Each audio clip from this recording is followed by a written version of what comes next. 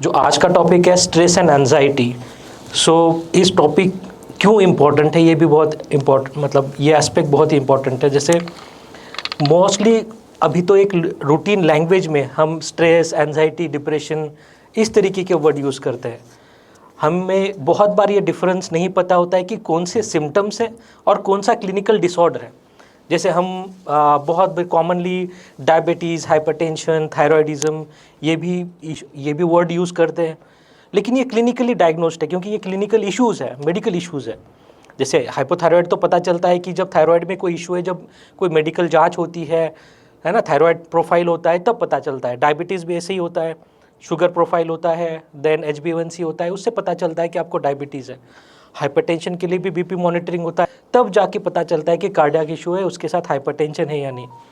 Stress और anxiety and depression, इसमें से जो स्ट्रेस है it's a symptom, it's not a clinical diagnosis, not a disorder. और वैसे ही एंजाइटी इज अ डिसऑर्डर। बहुत लोग, मैं कहता हूँ, मतलब लोग बहुत ही रूटीनली यूज़ करते हैं कि मैं डिप्रेस्ड हूँ। बहुत लोगों को यही नहीं पता होता है कि डिप्रेशन क्या है, स्ट्रेस क्या है, एंजाइटी क्या है, डिफरेंस नहीं पता है। अभी इसका सिग्निफिकेंस क्या है ईच एज में, जहाँ पे बहुत सारे इश्यूज होते हैं। जब आप कोई प्रोफेशनल कंसल्टेंट के पास अगर आप कंसल्ट करने जाओगे, आपका फर्स्ट सेंटेंस इज़ इम्पॉर्टेंट कि वो प्रोफेशनल आपका डायग्नोसिस क्या बनाएगा। आप जाओगे, मैं कुछ दिनों से डिप्रेस्ड हूँ, मुझे बहुत ही डिप्रेशन है, काफ़ी है। प्रोफेशनल और डिटेल जानकारी लेगा नहीं। बहुत बार, माने मोर देन 60-70% टाइम ये डिप्रेशन होता भी नहीं है, क्योंकि हमें ही पता नहीं डिप्रेशन क्या होता है। वैसे ही एंजाइटी है, बहुत लोग सिर्फ रेस्टलेसनेस को एंजाइटी समझ लेते हैं, थोड़ी सी घबराहट, बेचैनी को एंजाइटी समझ लेते हैं। Anxiety is a disorder. तो यही हम देखेंगे कि why stress and anxiety is important, and to know every aspect of stress and anxiety, how this stress and anxiety are linked with our mind, brain and body. So we will see, ठीक है, एक एक चीज़ हम देख लेंगे। इसके अलावा अगर आपके इन बिटवीन भी कोई भी क्वेश्चन हो, सुझाव हो, कोई रिकमेंडेशन हो, एडवाइसेस हो, या तो आपको हो सकता है कुछ क्लिनिकल टर्मिनोलॉजी नहीं समझ में आई, तो आप तभी पूछ सकते हो। जितना भी हम सिंपलिस्टिक रखेंगे, इंटरैक्टिव रखेंगे, ये और भी बहुत अच्छी बात होगी। ठीक है, तो देखिए स्ट्रेस क्या होता है। स्ट्रेस माने हमेशा ये एक एक्सटर्नल स्टिमुलस की वजह से है। कोई स्टिमुलस माने स्ट्रेसर प्रेजेंट होना चाहिए। रूटीन लाइफ में स्ट्रेसर कौन कौन से हो सकते हैं? एक निजी ज़िंदगी में स्ट्रेसर, एक लाइफ का अपना स्ट्रेसर होता है। एज स्पेसिफिक स्ट्रेसर बढ़ जाते हैं, अलग अलग होते हैं। जैसे स्कूल में अलग थे, कॉलेज में गए अलग थे, मैरिड लाइफ के साथ अलग होते हैं, और उसके साथ जब हम थोड़े डिपेंडेंट हो जाते हैं तो अलग है। हर एक एज ग्रुप में स्ट्रेसर अलग है। जॉब रिलेटेड अलग है, फाइनेंशियल अलग है, रिलेशनशिप के अलग है। और मेडिकल हेल्थ इश्यूज होते हैं तो ये स्ट्रेसर अलग है। तो एक्सटर्नल स्टिमुलस की वजह से, एक्सटर्नल स्ट्रेसर्स की वजह से, stress is a response of a body to external pressure. Pressure आता स्ट्रेसर्स हम कह सकते हैं। अलग अलग तरीके के स्ट्रेसर्स अलग अलग, हमने कहा major life events, major life changes, separation, grief, माने किसी की नज़दीकी किसी की अगर डेथ हो जाए तो भी एक स्ट्रेसर होता है। तो इस तरीके से हम इसको स्ट्रेस कहते हैं। इसके अलावा इसका जो ड्यूरेशन होता है, कोई स्पेसिफिक ड्यूरेशन नहीं है। स्ट्रेस वो हो सकता है, पर्टिकुलर टाइम फ्रेम नहीं है, वो कुछ मिनट के लिए भी हो सकता है, सिचुएशनल हो सकता है। जैसे पर्टिकुलर लोग कहते हैं कि मुझे फ़्लाइट यूज़ करनी, जब भी मैं कहता हूँ तो मुझे डर लगता है फ़्लाइट यूज़ करते हैं, तो उस वक्त दोनों चीज़ें हो सकती है। डर एक फोबिया है, उसके साथ स्ट्रेस भी हो सकता है। फ़्लाइट ना यूज़ करे, उसका डर होना, ये बहुत ही कॉमन होता है, कुछ लोगों में पाया जाता है। तो उसके साथ स्ट्रेस माने एक सिचुएशन स्पेसिफिक भी है एंड टाइम स्पेसिफिक है, कितने समय के लिए होगा उसका कोई लिमिटेशन नहीं है। स्ट्रेस कुछ समय के लिए भी हो सकता है, थोड़ा लॉन्ग, माने कुछ मिनट से लेकर कुछ आवर से लेकर कुछ डेज तक स्ट्रेस चल सकता है। जैसे एक ग्रीफ सिचुएशन है। ग्रीफ हम कहते हैं कि नॉर्मली जब किसी भी नज़दीकी किसी की अगर डेथ हो जाए तो ग्रीफ जो होता है एटलीस्ट 15 डेज नॉर्मल ग्रीफ होता है। सांत्वना हम इसको कहते हैं, वो एक स्ट्रेस है। कोई भी अगर फाइनेंशियल स्ट्रेस, जैसे कोविड में हमने देखा हर किसी के पास तकरीबन 2.5-3 साल तक एक स्ट्रेस रहा है। इसका मतलब ये नहीं कि हर कोई डिप्रेस्ड रहा है या तो हर किसी को एंजाइटी रही। तो कोविड एक बेटर एग्जाम्पल है हमें समझने के लिए कि लाइफ के स्ट्रेसर की वजह से क्या सिचुएशन होता है। इसका मतलब ये नहीं कि हमें एंजाइटी डिप्रेशन हो, लेकिन जो स्ट्रेस को कोप अप नहीं कर पाता, एक तो पहले आइडेंटिफाई नहीं कर पा रहे कि ऐसा स्ट्रेस हो रहा है लाइफ में, या तो कोप अप नहीं कर पा रहे, मैनेज नहीं कर पा रहे, हैंडल नहीं कर पा रहे, तो इवेंचुअली उनके चांसेस ज़्यादा है कि उनको एंजाइटी इश्यूज हो, डिसऑर्डर हो, या तो डिप्रेशन जैसी परेशानी हो। ठीक है, तो स्ट्रेस हमेशा स्ट्रेस से स्पेसिफिक होता है। नेक्स्ट, एंजाइटी क्या है? एंजाइटी एक परसिस्टेंट फीलिंग है, ये हमारे इमोशंस के साथ जुड़ा होता है। परसिस्टेंट फीलिंग है जिसमें हमें वरीसम लगता है, थोड़ी चिंता रहती है, थोड़ा डर भी हो सकता है, अप्रेंशन फ्यूचर के रिलेटेड थोड़ी टेंशन, चिंता, परेशानी, थोड़ा उलझन भी होता है। तो एंजाइटी सिम्टम्स ऐसे होते हैं जिसका क्लियर कट कोई रीज़न हमें पता नहीं है, ज़्यादातर पता नहीं है। सिचुएशनल एंजाइटी होती है, सोशल फोबियाज, सोशल एंजाइटी होती है, वहाँ पे सिचुएशन स्पेसिफिक है, लेकिन एंजाइटी हो क्यों रही है इसका ज़्यादातर रीज़न पता नहीं होता है। तो इस तरीके से होता है, ये एक्सेसिव है एंड कभी कभी अनकंट्रोल हो जाती है। तो एंजाइटी ऐसी है। तो stress is situational and anxiety को अगर हम डिफ्रेंशिएट करें तो ये परसिस्टेंट फीलिंग है, हम महसूस करते हैं एंजाइटी को। स्ट्रेस एक्सटर्नल होता है। सेकंड होता है सिम्टम्स, मोस्टली फिजिकल होते हैं, जिसमें हमें जब भी जैसे एंजाइटी में ज़्यादातर हम कहते हैं इसको हिंदी में बेचैनी, घबराहट, इसको हम एंजाइटी कह सकते हैं। ज़्यादातर घबराहट को फोबिया भी कहा जाता है, फियर, डर। ठीक है, और डिप्रेशन को उदासी अवसाद भी कहा जाता है। तो सिम्टम्स क्या हो सकते हैं जब एंजाइटी हो? तो बहुत ज़्यादा पाल्पिटेशन होना, हार्ट बीट तेज़ हो जाना, पल्स रेट बढ़ जाना, इसके अलावा डिजीनेस, थोड़ी चक्कर आना, इस तरीके से ट्रेमलिंग, कभी कभी हाथों में पैरों में कंपन होना, इस तरीके की परेशानी हो सकती है। या तो इमोशनल रिस्पॉन्स भी हो सकता है जिसमें बहुत ज़्यादा डरा सा महसूस करना, या तो हो सकता है कि कुछ ना कुछ और बड़ी चीज़ या तो कुछ गलत हो सकता है। इसको कहते हैं फीलिंग ऑफ इम्पेंडिंग डूम। ये ज़्यादातर उस तरीके की परेशानी होती है जिसको कहते हैं, बहुत कॉमनली यूज होता है, मुझे तो पैनिक ही हो रहा है। पैनिक ये नहीं, पैनिक डिसऑर्डर ये क्लिनिकल इलनेस है जिसमें एक्सट्रीम अनमैनेजेबल एंजाइटी होती है फॉर पर्टिकुलर ड्यूरेशन, जिसमें जो फीलिंग होती है इसमें फीलिंग ऑफ इम्पेंडिंग डूम, माने हमें ऐसा लगता है कि ये तो मैनेज ही नहीं हो पाएगा, माने कुछ ना कुछ और भी बुरा हो सकता है। तो इस तरीके की फीलिंग होती है। तो एंजाइटी में इस तरीके के सिम्टम्स दिखते हैं। सिम्टम्स एंजाइटी में फिजिकल सिम्टम्स के साथ इमोशनल सिम्टम्स भी जुड़ जाते हैं। ड्यूरेशन एंजाइटी का एक तो है क्रोनिक है, लंबे समय तक चलती है। जैसे सोशल एंजाइटी बहुत लोगों को लंबे समय तक सोशलाइज, जैसे हम इसको कहते हैं कि स्टेज करेज नहीं है, बचपन से नहीं है, तो वो लंबे समय तक चल सकता है, उसमें भी सोशल एंजाइटी होती है। परवेजिव होता है, कंटिन्यूसली हमें ऐसा ही महसूस होता है। एंजाइटी में भी अलग अलग किस्म की डिसऑर्डर होता है। जैसे जनरल एंजाइटी डिसऑर्डर अलग है जिसमें कंटिन्यूस 24 आवर्स हमें इस तरीके की फीलिंग्स होती है। पैनिक एंजाइटी डिसऑर्डर अलग है जिसमें कुछ समय के लिए बहुत ज़्यादा एंजाइटी होना, उस वजह से बेचैनी घबराहट इतना होना कि ऐसा डर लगना कि कुछ ना कुछ और भी सीरियस हो सकता है। फीलिंग ऑफ इम्पेंडिंग डूम हम कह सकते हैं। सोशल एंजाइटी हो, इस तरीके के बहुत सारे अलग अलग टाइप की एंजाइटी डिसऑर्डर्स होते हैं। एक एंजाइटिक स्पेक्ट्रम होता है। हाँ, एंजाइटी का कोई स्पेसिफिक स्ट्रेसर नहीं होता है, पर्टिकुलर नहीं है। ठीक है। हाँ, स्टैटिस्टिक्स क्या कहते हैं, कितने लोगों में कॉमन होता है एंजाइटी? अगर मोर देन 60 ईयर्स की हम बात करें तो तकरीबन 40% लोगों में, अगर जो भी 60 ईयर्स के प्लस है तो 14% माने 100 में से 14 लोगों को इतनी ज़्यादा परेशानी, एंजाइटी या तो स्ट्रेस होने के चांसेस बढ़ जाते हैं। लेकिन हम इसको इस तरीके से भी देखते हैं कि अगर जिनमें बीपी की प्रॉब्लम है, अनमैनेजेबल अनकंट्रोल्ड डायबिटीज़ है, या तो हाइपरटेंशन है, या तो थायराइड इश्यूज़ है, या तो डिमेंशिया है, या तो फिजिकल इश्यूज़ है जहाँ पे हो सकता है क्रोनिक पेन हो, या तो ऑर्थो रिलेटेड प्रॉब्लम है, आर्थराइटिस वगैरह, तो देखते हैं कि उनमें एंजाइटी इश्यूज़ 14% नहीं होता, 40% होता है।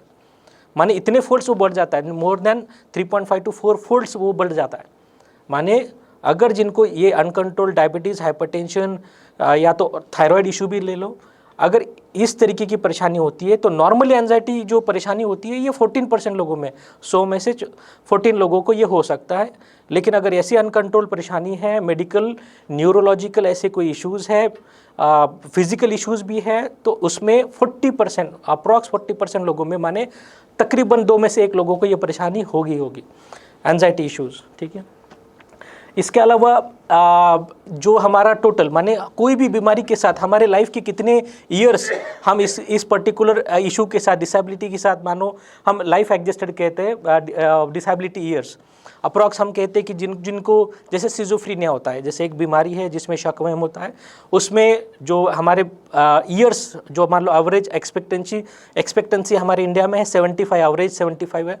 तो अगर किसी को सिजोफ्रेनिया बहुत अर्ली एज में हो जाता है तो अराउंड वो 10 to 15 to around 10 to 12 20 years life की जो बहुत लंबा समय होता है वो उस पर्टिकुलर बीमारी माने उसके साथ डिसेबिलिटी के साथ बिताता है।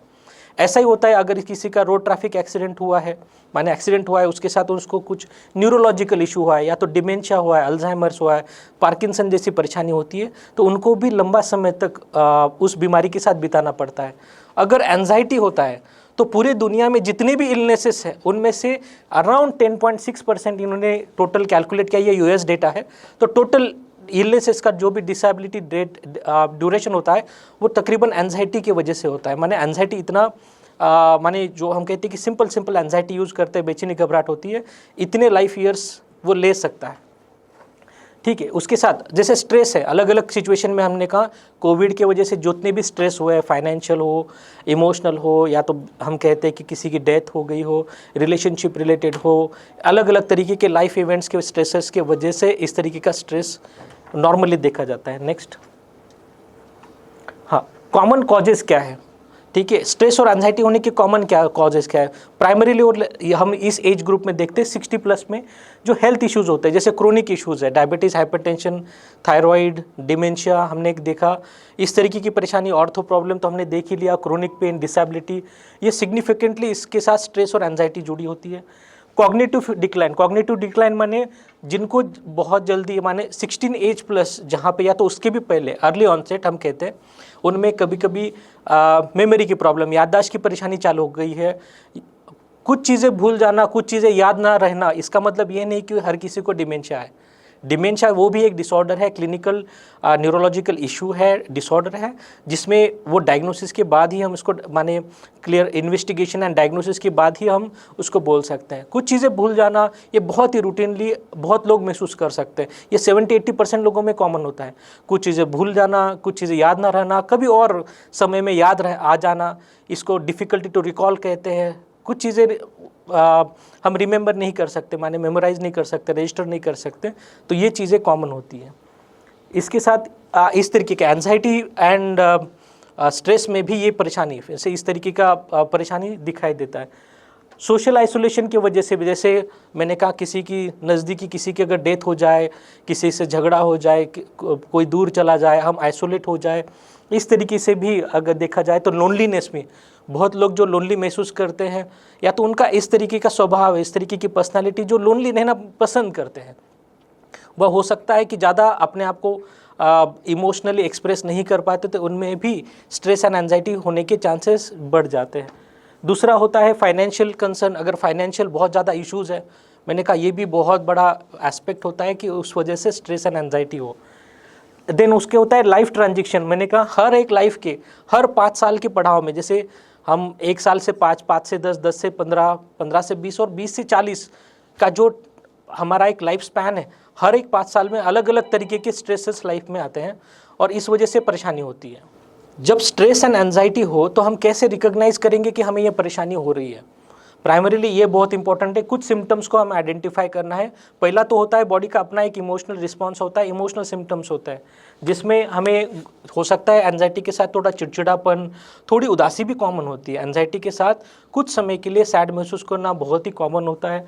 इसके अलावा excessive worries, feeling of impending Doom मैंने कहा, और कुछ निगेटिव विचार जिसमें थोड़ा हेल्पलेस, थोड़ा होपलेस, थोड़ा वर्थलेस कुछ समय के लिए महसूस होना बहुत ही नॉर्मल होता है। बहुत बार एंजाइटी, डिप्रेशन साथ साथ चलते हैं, मैंने जिसको डिप्रेशन है उसके साथ एंजाइटी भी चलती है, और जिनको एंजाइटी पैनिक सिम्टम्स है उन अगर ये अनमैनेजेबल हो तो उनमें डिप्रेशन होने के भी चांसेस बढ़ जाता है। इसके अलावा जो कॉग्निटिव सिम्टम्स हमने कहा, difficulty to concentrate, focus and इस तरीके की परेशानी होती है, जैसे मेमोरी प्रॉब्लम भी चालू हो जाते हैं। कुछ डिसीजंस हम नहीं ले पाते, सिंपल डिसीजंस नहीं ले पाते जब हमारे पास को बहुत ज़्यादा स्ट्रेस एंजाइटी बढ़े। इसके अलावा जो फिजिकल सिम्टम्स होते हैं कि लंबे समय तक हो सकता है फटीग महसूस करें, एनर्जी डाउन ही रहे, हमेशा थोड़ी भी कुछ काम करने के बाद गलावट महसूस हो, वीकनेस महसूस हो, इस तरीके की भी सिम्टम्स हो सकते हैं। इसके अलावा स्लीप डिस्टर्बेंस बहुत ही कॉमन है, जिनको एक्सट्रीम अनमैनेजेबल एंजाइटी है उनमें स्लीप प्रॉब्लम्स माने क्वालिटी ऑफ स्लीप पुअर हो जाना। एवरेज हम देखते हैं इस एज में 6 से 8 घंटे की नींद, सुकून भरी नींद जिसमें इंटरप्शन नहीं है, बीच बीच में उठ नहीं रहे, तो हम कहते हैं क्वालिटी ऑफ स्लीप बेटर है। लेकिन अगर इसमें एंजाइटी अगर परेशानी है तो पैनिक सिम्टम जुड़ जाए तो इसमें बहुत बार देखा जाता है कि डिस्टर्ब स्लीप रिलेटेड इश्यूज भी, क्वालिटी पुअर हो जाना या तो स्लीप इनिशिएशन, नींद आने में परेशानी। लोग यही कंप्लेन करते हैं कि हमेशा हम 10 बजे सो रहे, नींद आ रही 1 बजे, या तो 10 बजे सोने की कोशिश करें, नींद 11-12 बजे आ रही है लेकिन फिर 1 बजे खुल रही है, उसके बाद नींद नहीं आ रही है। तो इस तरीके से जो स्लीप रिलेटेड इश्यूज होते हैं, स्लीप डिस्टर्बेंस बहुत ही कॉमन होते हैं अगर एंजाइटी या तो पैनिक सिम्टम्स हो। इसके अलावा मसल टेंशन, मसल फटीग महसूस करना, हमेशा लिथाजिक महसूस करना, फटीग महसूस करना बहुत ही। इसके अलावा गैस्ट्रोइंटेस्टाइनल इश्यूज़ माने जीआई इश्यूज़ भी बहुत कॉमन होते हैं। जैसे एंजाइटी के साथ बहुत बार अलग अलग परेशानी, जैसे इरिटेबल आईबीएस भी बहुत कॉमन होता है। हमने कहा इरिटेबल बाउल सिंड्रोम, इसका नाम ही इस तरीके से दिया गया कि बहुत बार जिनको आईबीएस है, इरिटेबल बाउल सिंड्रोम है, उनके साथ एंजाइटी बहुत कॉमन है। ठीक है, और बहुत बार डॉक्टर के पास जब ट्रीटमेंट के लिए जाते हैं तो वो कहते हैं कि आईबीएस का हम मेडिकल लाइन ऑफ मैनेजमेंट कर रहे हैं, लेकिन प्राइमरीली अगर आप एंजाइटी मैनेज कर लेते हो तो कंपेरेटिव आईबीएस के सिम्टम्स ठीक हो सकते हैं। माने आईबीएस जैसी परेशानी हमारे माइंड से भी जुड़ी होती है, जिसके साथ एंजाइटी, स्ट्रेस जैसी परेशानी जुड़ी होती है। इसके साथ कुछ बिहेवियरल इश्यूज आ सकते हैं, जैसे हो सकता है कुछ बायोफंक्शंस हम कहते हैं जिसमें स्लीप, एपेटाइट, बाउल, ब्लैडर के तो इशू आ ही रहे हैं। इसके अलावा हम अपने आप को हो सकता है बातचीत करना पसंद ना करें, अलग ही रहे, आइसोलेट करे, इस तरीके की भी परेशानी दिख जाती है। तो जब भी ऐसे कुछ सिम्टम्स हमें दिख रहे हैं तो बहुत इंपॉर्टेंट है इसको जल्दी से जल्दी आइडेंटिफाई करना। जहाँ तक हमें हो सकता है आइडेंटिफाई करने के बाद, जहाँ तक हमें और सीवियरिटी को देखना, क्या वो ज़्यादा सीवियर है, क्या ये जो सिम्टम्स है, हमें इनमें से सिम्टम्स है क्या माइल्ड है, मॉडरेट है, सीवियर है, अपना सेल्फ रेटिंग कर सकते हैं। जहाँ पे भी हमें लगता है कि माइल्ड है तो अपने आप हम क्या ठीक कर सकते हैं, इस सिम्टम्स को मैनेज कर सकते हैं, हैंडल कर सकते हैं, किसी की हेल्प ले सकते हैं, या कुछ रूटीन एक्टिविटीज़ में, डेली शेड्यूल में, या तो हो सकता है डाइट में, या तो कुछ माइंड बॉडी रिलैक्सेशन टेक्निक्स हम ऐड कर सकते हैं कि इस तरीके की परेशानी ठीक हो जाए। अगर परेशानी ठीक नहीं हो रही है, मतलब ये मॉडरेट टू सीवियर लेवल है, उसके बाद हम प्रोफेशनल को हमेशा कंसल्ट करें। सेकंड एस्पेक्ट होता है कि ये परेशानी अगर होने भी ना दे, ठीक है, प्रिवेंट भी करें, ये भी बहुत इंपॉर्टेंट है। नेक्स्ट, इम्पैक्ट क्या होता है, जैसे किसी को भी स्ट्रेस एंड एंजाइटी होगा तो लाइफ पे क्या इम्पैक्ट होगा। तो प्राइमरीली हमने देखा, प्राइमरी तो हेल्थ पे ही इम्पैक्ट होगा। ठीक है, हर किसी के जैसे फिजिकल हेल्थ इंपॉर्टेंट है तो मेंटल हेल्थ भी इंपॉर्टेंट है। तो एंजाइटी, स्ट्रेस एक मेंटल हेल्थ इश्यूज़ है, स्ट्रेस है इशू है तो एंजाइटी डिसऑर्डर है, तो मेंटल हेल्थ से तो जुड़ा ही है, फिजिकल हेल्थ से भी जुड़ा है। ठीक है, तो फिजिकल हेल्थ भी इशू, मैंने कहा बहुत बार ऐसे सिम्टम्स दिखाई देते हैं। इसके अलावा क्वालिटी ऑफ लाइफ, जैसे मैंने कहा एक नॉर्मल इंडिविजुअल हमेशा ज़िंदगी का एक मकसद होता है कि वो खुश रहना चाहता है, लेकिन जिनको ये मैंने कहा एंजाइटी या तो स्ट्रेस, इस तरीके की परेशानी है, तो उनकी क्वालिटी ऑफ लाइफ कहीं ना कहीं डिस्टर्ब होती है कुछ समय के लिए। अगर अच्छे से मैनेज किया जाए तो इसको, ये 100% ट्रीटेबल है, क्यूरेबल है, प्रिवेंटेबल भी है। ठीक है, इसको प्रिवेंट भी कर सकते हैं, 100% क्योर भी कर सकते हैं, इसको मैनेज भी कर सकते हैं, हैंडल भी कर सकते हैं। ठीक है जी, ये बहुत इंपॉर्टेंट है। और मेंटल हेल्थ, हमने कहा जैसे एंजाइटी, स्ट्रेस अगर मैनेज नहीं हो पाता है तो आगे जाके कुछ सीरियस और सीवियर मेंटल हेल्थ इश्यूज होने के चांसेस है। जैसे मैंने कहा पहले, अगर स्ट्रेस मैनेज नहीं होता है तो वो एंजाइटी होगा, सीरियस हो सकता है कि उसके साथ स्ट्रेस नहीं मैनेज हो रहा है तो डिप्रेशन भी हो सकता है, या तो उसके साथ अलग अलग किस्म की और मेंटल हेल्थ इश्यूज़ होने के चांसेस बढ़ जाते हैं। जैसे हर एक मेंटल इशू के साथ, जैसे कोई भी क्रोनिक इश्यूज़ हम देख सकते हैं, मूड डिसऑर्डर्स, सिजोफ्रेनिया वगैरह, उसके में जो कॉज आता है कि क्या कारण होता है, अनमैनेजेबल और माने लाइफ लॉन्ग अथवा क्रोनिक स्ट्रेस ही सबसे बड़ा कारण होता है। ठीक है, नेक्स्ट। हाँ, अभी इसको कैसे देखा जाता है, मैंने कहा कि बहुत इंपॉर्टेंट है। एक तो हमने सिम्टम्स आइडेंटिफाई किए कि क्या क्या सिम्टम्स होते हैं, क्या क्या लक्षण होते हैं। तो रूटीनली हम ऐसे कोई भी वर्ड यूज़ नहीं करेंगे। मैंने लास्ट टाइम भी मैंने कहा था, बहुत लोग डिप्रेशन बहुत ही कॉमनली यूज़ करते हैं, ये करना नहीं चाहिए। बहुत लोग एंजाइटी, पैनिक ऐसे यूज़ करते हैं, वो नहीं करना चाहिए। हाँ, कुछ सिम्टम्स होते हैं कि हमें स्ट्रेस है, घबराहट है, बेचैनी है, पाल्पिटेशन है, रेस्टलेसनेस है। इसका मतलब ये नहीं कि हम अपने आप को डायग्नोस कर रहे हैं या तो लेबल कर रहे हैं, ये नहीं करना है। जब भी हम लेबल करते हैं तो हमारा जो चीफ कंप्लेंट होता है, जहाँ पे भी हम प्रोफेशनल के पास जाते हैं, तो हम यही बताते थे कि मुझे ये है, आप मुझे गोली दे दो। This is not a good way. इससे क्या होता है कि अननेसेसरी एक्सपोजर होने का, डॉक्टर के पास आप जाओगे, जितने सिम्टम्स बताओगे हो सकता है उतने मेडिकेशन, जबकि आपको वो डिसऑर्डर भी नहीं है। हो सकता है तो कुछ लक्षण है, लेकिन आपने अपने आप को जो सेल्फ डायग्नोसिस किया है उसी पे बेसिस पे इलाज भी हो रहा है। तो अननेसेसरी एक्सपोजर टू मेडिकेशन हम हमेशा देखते हैं, इस तरीके की परेशानी में माने होने नहीं देना है। ठीक है जी।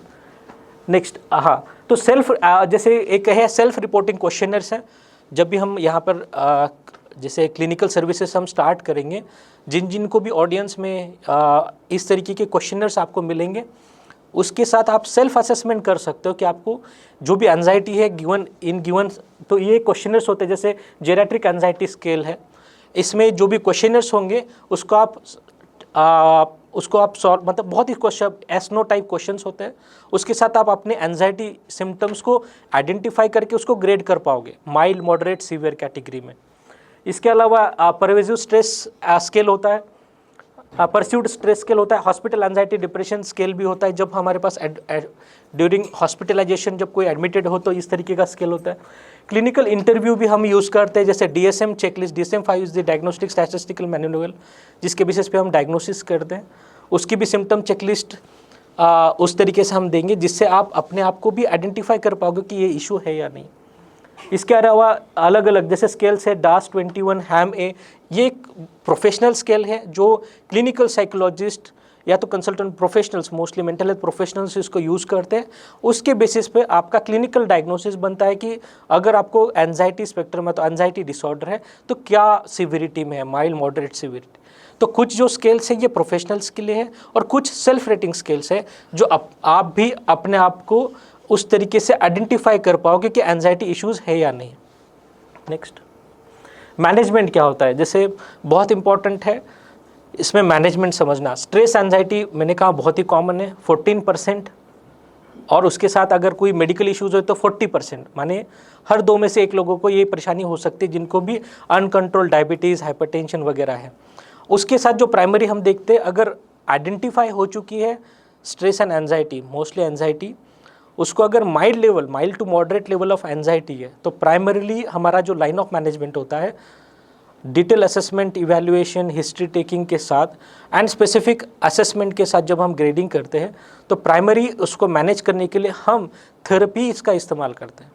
तो कुछ थेरेपीज़ बहुत ही इंपॉर्टेंट होते हैं जिसमें कॉग्निटिव बिहेवियरल थेरेपी हो या तो एक्सपोजर एंड रिस्पॉन्स प्रिवेंशन हो, इस तरीके की एक थेरेपी होती है जिससे आपको जिस तरीके की भी एंजाइटी है, जिस वजह से, जिस ट्रिगर के वजह से, जिस स्ट्रेसर के वजह से है, उसको बेटर आइडेंटिफाई करके मैनेज करके कोप अप करने के लिए जो स्किल डेवलप करना होता है उस पर्टिकुलर थेरेपी में उस पर्टिकुलर थेरेपी के साथ किया जाता है।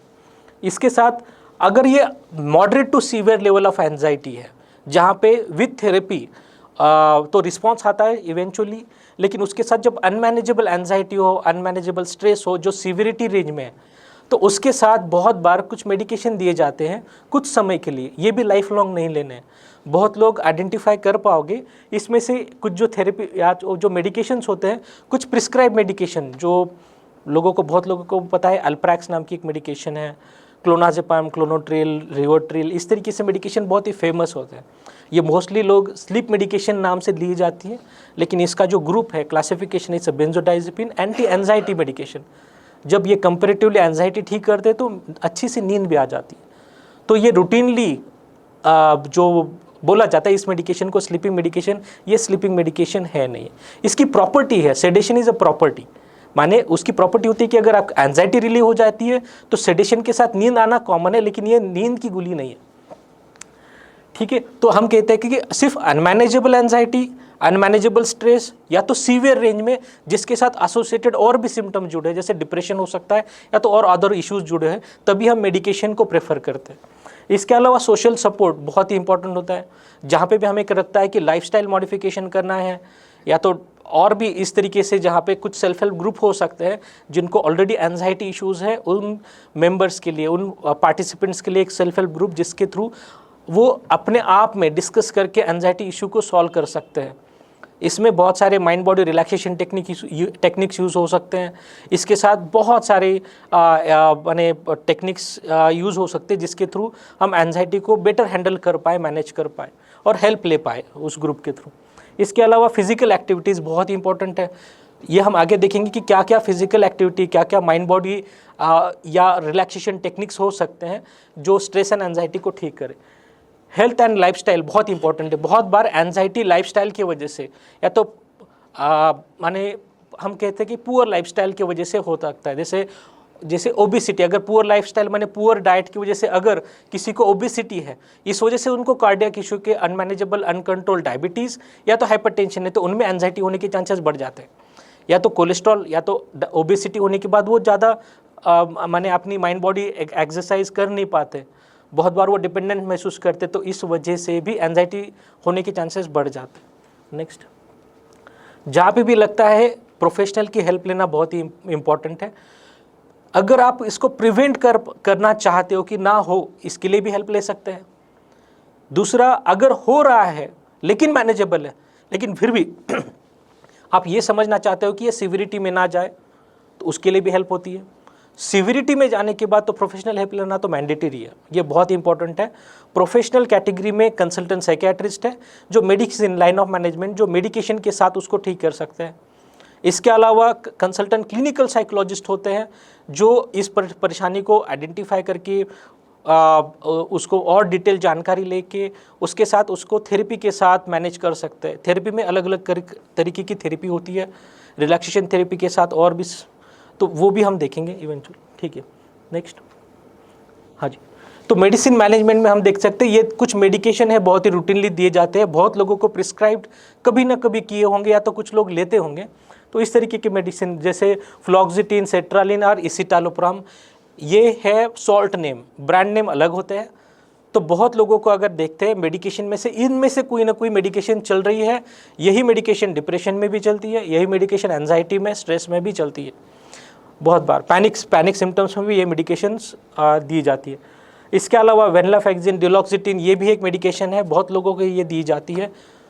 ठीक है, और हाँ, बेंजोडाइजेपिन, ये सबसे फेमस मेडिकेशन होते हैं जो एंजाइटी इश्यूज़ के लिए दी जाती है। अल्प्राजोलाम, देन क्लोनाजेपाम, लोराजेपाम, डाइजेपाम, इस तरीके के। अल्प्रैक्स तो बहुत लोगों को पता है कि अल्प्रैक्स नाम की एक मेडिकेशन होती है, तो ये मोस्टली बेंजोडाइजेपिन है, ये एंटी एंजाइटी मेडिकेशन है। बुस्पिरोन, ऐसे बीटा ब्लॉकर, ये भी बहुत इंपॉर्टेंट है। बहुत लोगों को जिनको अनमैनेजेबल माने हाइपरटेंशन होता है, इनमें इस तरीके की मेडिकेशन दिया जाता है, बीटा ब्लॉकर, जिनमें आप सिप्लार नाम की मेडिकेशन आपके पास आपने देखा होगा, तो इस तरीके की मेडिकेशन भी दी जाती है। ठीक है, थेरेपीज़, अलग अलग थेरेपीज़ अवेलेबल है। सीबीटी, कॉग्निटिव बिहेवियरल थेरेपी हमने देखी। एक्सपोजर थेरेपी भी इम्पॉर्टेंट होती है। Exposure and response prevention therapy भी इम्पॉर्टेंट है। Mindfulness based stress reduction technique, ये हम देखेंगे अभी इसका ये कैसी होती है, और इसको डिटेल में देखेंगे। माइंडफुलनेस ट्रेनिंग भी बहुत इंपॉर्टेंट होते हैं। इसके अलावा हिप्नोथेरेपी भी बहुत इफ़ेक्टिव होती है जब भी अनमैनेजेबल एंजाइटी, स्ट्रेस हो, इस तरीके से भी।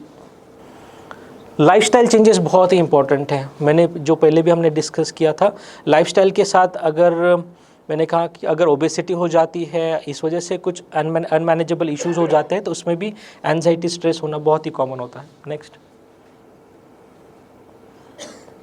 हाँ, डाइट एंड न्यूट्रिशन। जैसे मैंने कहा, एंजाइटी इश्यूज़ में एक हमारा जो न्यूरोकेमिकल है, जो ऑलरेडी बहुत इंपॉर्टेंट होता है, लास्ट टाइम हमने डिप्रेशन में ये डिस्कस किया था, वही न्यूरोकेमिकल जिसका नाम सेरोटोनिन है।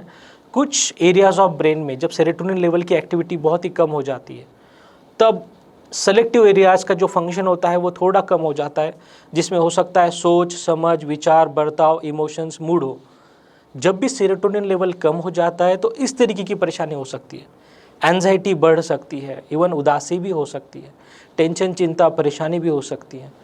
तो इसमें देखते हैं कि जहाँ पे भी जो फूड सेरोटोनिन को बढ़ा सकता है, जैसे सेरोटोनिन तो नॉर्मल अच्छी नींद से भी बढ़ सकता है, अच्छे बातचीत से भी बढ़ सकता है, जो भी आप रिक्रिएशन, स्पिरिचुअलिटी, आप जो भी चीज़ आपको मन को पसंद आती है, उससे कुछ हद तक सेरोटोनिन बढ़ता है, सेरोटोनिन रेगुलेट होता है। लेकिन एंजाइटी जब सीवियरिटी रेंज में हो, मॉडरेट टू सीवियर रेंज में हो, तो वो ही चीज़ बार बार करने से वो जो सेरोटोनिन लेवल है रेगुलेट नहीं हो पाता। तो इस वजह से कुछ मेडिकेशन और कुछ थेरेपी की हेल्प लेना बहुत इंपॉर्टेंट होता है। इस तरीके से कुछ डाइट में मॉडिफिकेशन करना, जैसे हम कहते हैं कि डाइट, हेल्दी डाइट क्या हो सकता है। Protein rich diet is healthy, क्योंकि प्रोटीन बहुत जल्दी मेटाबोलाइज हो जाते हैं। कार्बोहाइड्रेट थोड़े रिड्यूस माने कंट्रोल करें, फैट एंड ऑयल्स को कम कंट्रोल करें, कुछ इसेंशियल मिनरल्स मतलब होने चाहिए जिसमें जिंक, सेलेनियम, इस तरीके के बहुत इंपॉर्टेंट एलिमेंट्स होते हैं जो आपको होने चाहिए। वाटर इनटेक एवरेज आपका 2 to 2.5 लीटर्स आपका होना ही चाहिए, इस तरीके से हम देखा जाते हैं। और कुछ फ्रूट्स, फाइबरस डाइट अगर ऐड करेंगे जिससे आगे जाके मान लो कोई भी कॉन्स्टिपेशन या तो कोई भी इस तरीके की इश्यूज़ ना हो। कॉन्स्टिपेशन के साथ भी, क्रोनिक कॉन्स्टिपेशन के साथ भी बहुत बार एंजाइटी इश्यूज़ जुड़े होते हैं, ठीक है। नेक्स्ट, एक्सरसाइज भी बहुत इंपॉर्टेंट है। एक्सरसाइज में अलग अलग कैटेगरी होती है, जैसे योगा, मेडिटेशन, ये भी वन काइंड ऑफ एक्सरसाइज है। माइंड बॉडी रिलैक्सेशन का ये पार्ट होता है। इसके साथ हम अलग अलग एक्सरसाइज भी एक एक देखेंगे। नेक्स्ट, हाँ जी, सोशल सपोर्ट बहुत इंपॉर्टेंट है। जो हम देखते हैं उनमें एंजाइटी होने के चांसेस कम है, जो अपने आप को सोशली इंटरेक्टिव बने, ज़्यादा अच्छे तरीके से सोशलाइज कर पाते हैं, इंटरेक्ट कर पाते हैं, जिनके अच्छे दोस्त हैं, जो अपने आप को अकेला महसूस नहीं करना चाहते हैं या तो अकेले नहीं रहते हैं, वो अच्छे तरीके से अपने आप को एक्सप्रेस करते हैं, हम देखते हैं उनमें विचारों की ज़्यादा परेशानी नहीं होती है। उसके साथ बहुत बार एंजाइटी जैसी परेशानी भी उनमें कम होती है।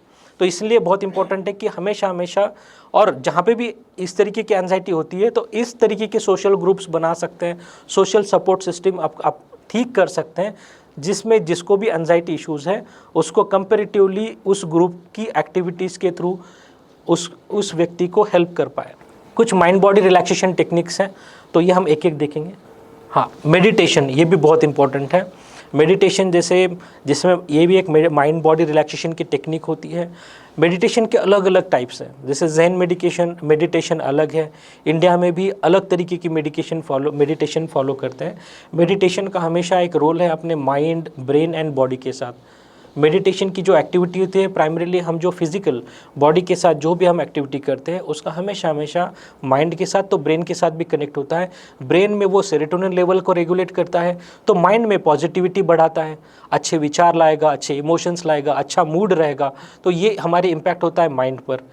तो हमारे फिजिकल हेल्थ को भी महसूस होता है, अच्छा रिलैक्स, बॉडी रिलैक्स हो जाती है। जहाँ पे भी लगता है कि बॉडी बहुत ही ज़्यादा टेंस्ड है, फटीग है, या तो वीकनेस महसूस कर रहे हैं, तो मेडिटेशन जो रूटीनली मेडिटेशन करते हैं, रूटीनली योगा, प्राणायाम, विपश्यना करते हैं, हम देखते हैं कि उनमें एंजाइटी इश्यूज या तो इस तरीके के इश्यूज़ होने के चांसेस कम हो जाते हैं। योगा भी बहुत इंपॉर्टेंट है, ये भी एक अलग माइंड बॉडी एक्सरसाइज है। योगा तो हम देखते हैं योगा भी अलग अलग टाइप का है, अलग अलग कैटेगरी, अलग अलग लोग अलग अलग पोजीशन में अलग अलग तरीके से योगा कर सकते हैं। योगा करना और उसको रूटीनली फॉलो करना ये भी बहुत इंपॉर्टेंट है। ये हमारे बॉडी को तो हेल्दी रखता ही है, उसके साथ माइंड को एंड ब्रेन को, ठीक है। योगा बहुत इंपॉर्टेंट है इस एज में जहाँ तक पॉसिबल है। जब अगर कुछ फिजिकल इश्यूज़ है जिस वजह से नहीं कर पा रहे तो सिंपल योगा या तो कुछ आसन हो सकते हैं जो आराम से कर सकते हैं, ठीक है। प्राणायाम, अनुलोम विलोम, इस तरीके से करना, ये आसन इतने सिंपल है कि कोई भी कर सकता है, किसी भी पोजीशन में अगर करते हैं तो इससे इफ़ेक्टिवनेस बहुत बढ़ जाता है, ठीक है। नेक्स्ट, हाँ, एक डीप ब्रीदिंग टेक्निक है जिसका हम मल्टीमीडिया देखेंगे मैम।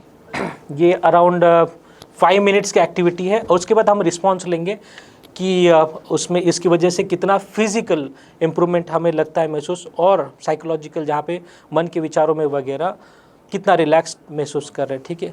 और आप मोबाइल साइलेंट कर सकते हैं, मैम लाइट बंद करना है तो कर सकते हैं। Welcome to this guided meditation called Long, Deep Breaths. My name's Tamara Levitt, and I'm the head of mindfulness at Calm.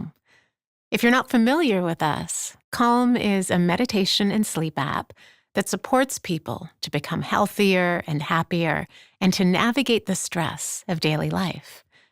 As you enjoy your Uber ride, we'll be practicing a guided breathing meditation to relax your mind and body.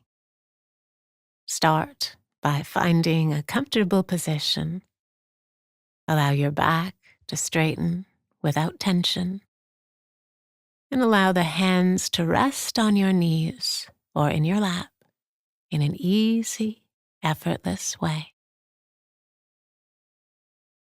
Close your eyes, releasing all tension from your face. Soften your forehead, especially that part of the brow we tend to wrinkle up when concentrating.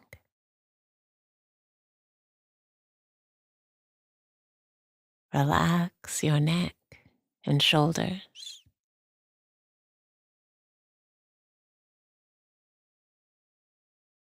And feel yourself begin to settle in.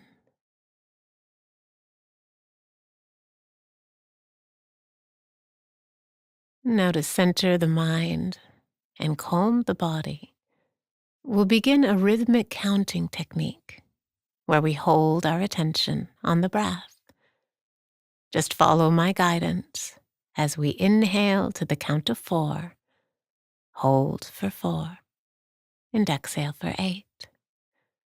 We'll start with an inhale, 2, 3, 4, hold, 2, 3, 4, and exhale, 2, 3, 4, 5, 6, 7, 8. Inhale, 2, 3, 4, hold, 2, 3, 4, and exhale, 2, 3, 4, 5, 6, 7, 8. Inhale, 2, 3, 4, hold, 2, 3, 4, and exhale, 2, 3, 4, 5, 6, 7, 8. Inhale, 2, 3, 4, hold, 2, 3, 4, and exhale, 2, 3, 4, 5, 6, 7, 8. Now just allow your breath to settle into a full but easy rhythm, and observe if your inhales and exhales feel balanced. Note if one part of the breath is longer than the other.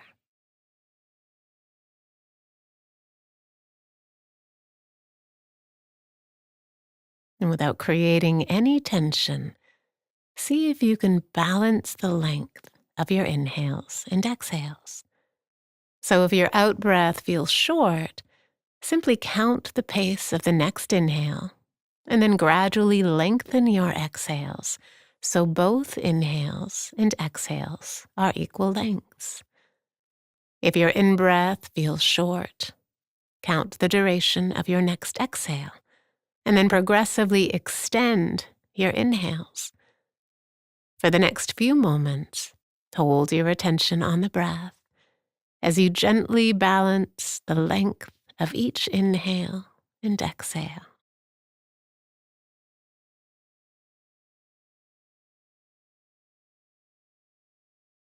Inhale, the calming breath, the soothing breath. Exhale, feeling peaceful and at ease.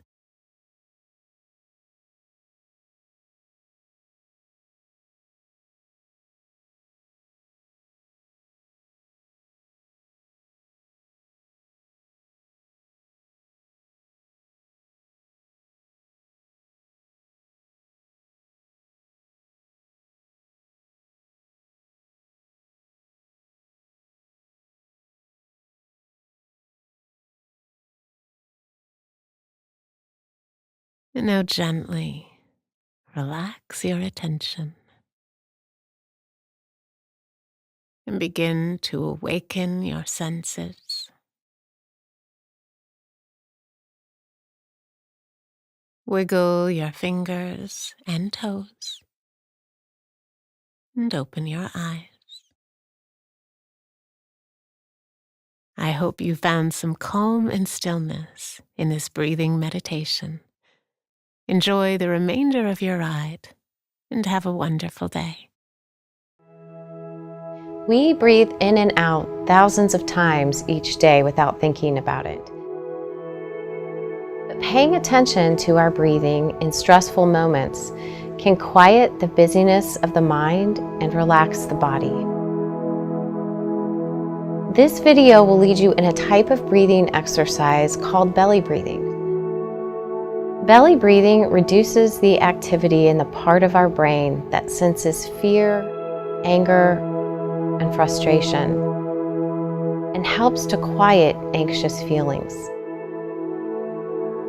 The other advantage of belly breathing is that it can be done anytime, anywhere, even in public. No matter where you are, you can use what you learn in this video to calm the body and the mind. Let's get started. Begin by getting comfortable where you are, standing or sitting.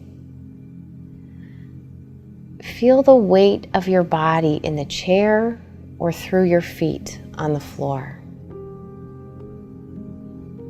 Start to bring your attention to your breath. And start to breathe in through the nose and out through the mouth.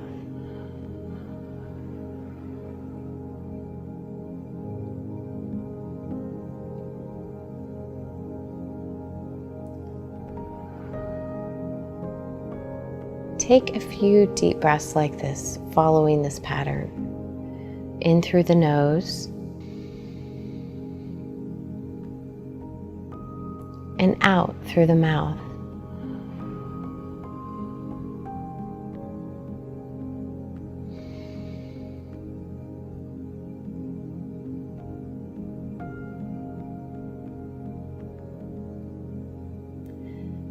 And when you're ready, find the natural rhythm of your breath.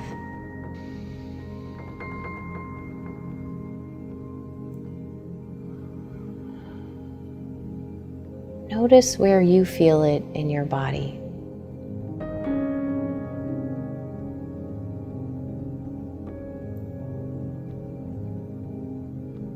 Continue to breathe in through the nose and out through the mouth. Closing your eyes if you're comfortable, or gazing softly downward.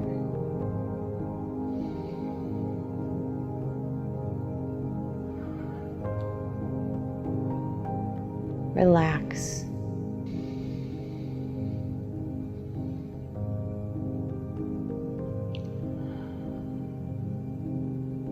And as you breathe in through your nose, feel your belly fill with air when you breathe in.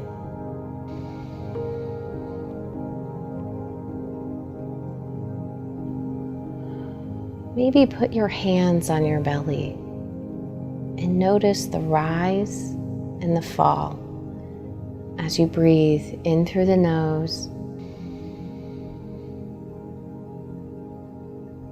and out through the mouth.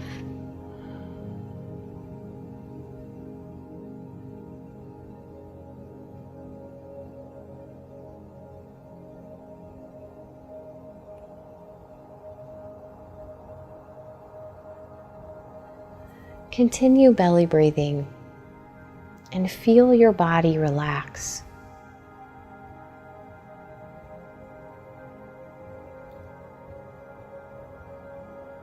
It's okay if thoughts come into your mind.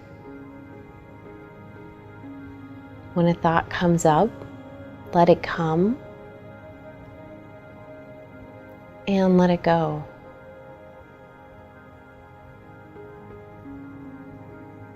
Just return to following the breath.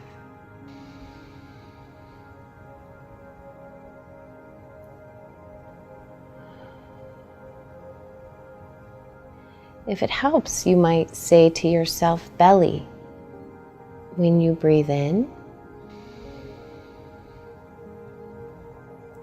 and breath when you breathe out.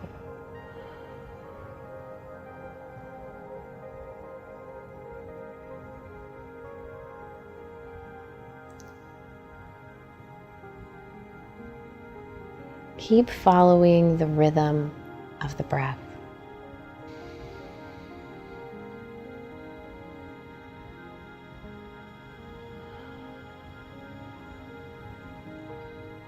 Keep your attention on your breath for the next 60 seconds as you slowly breathe in through your nose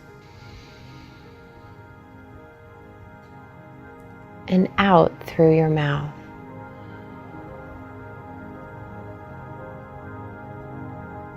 Following the pattern of your breath.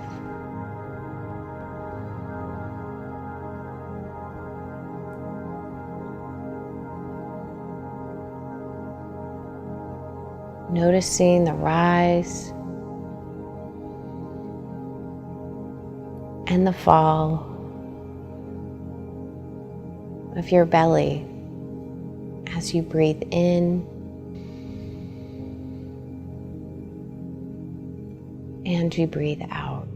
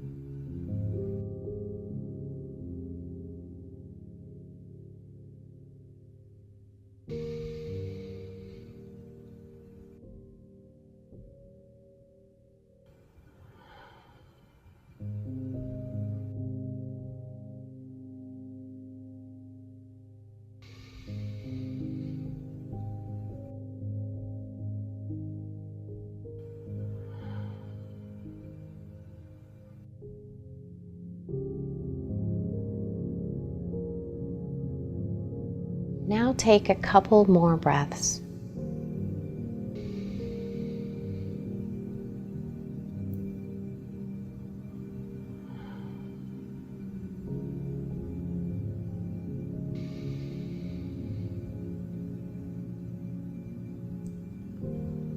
And when you are ready, bring your attention back to where you are. And notice how you feel.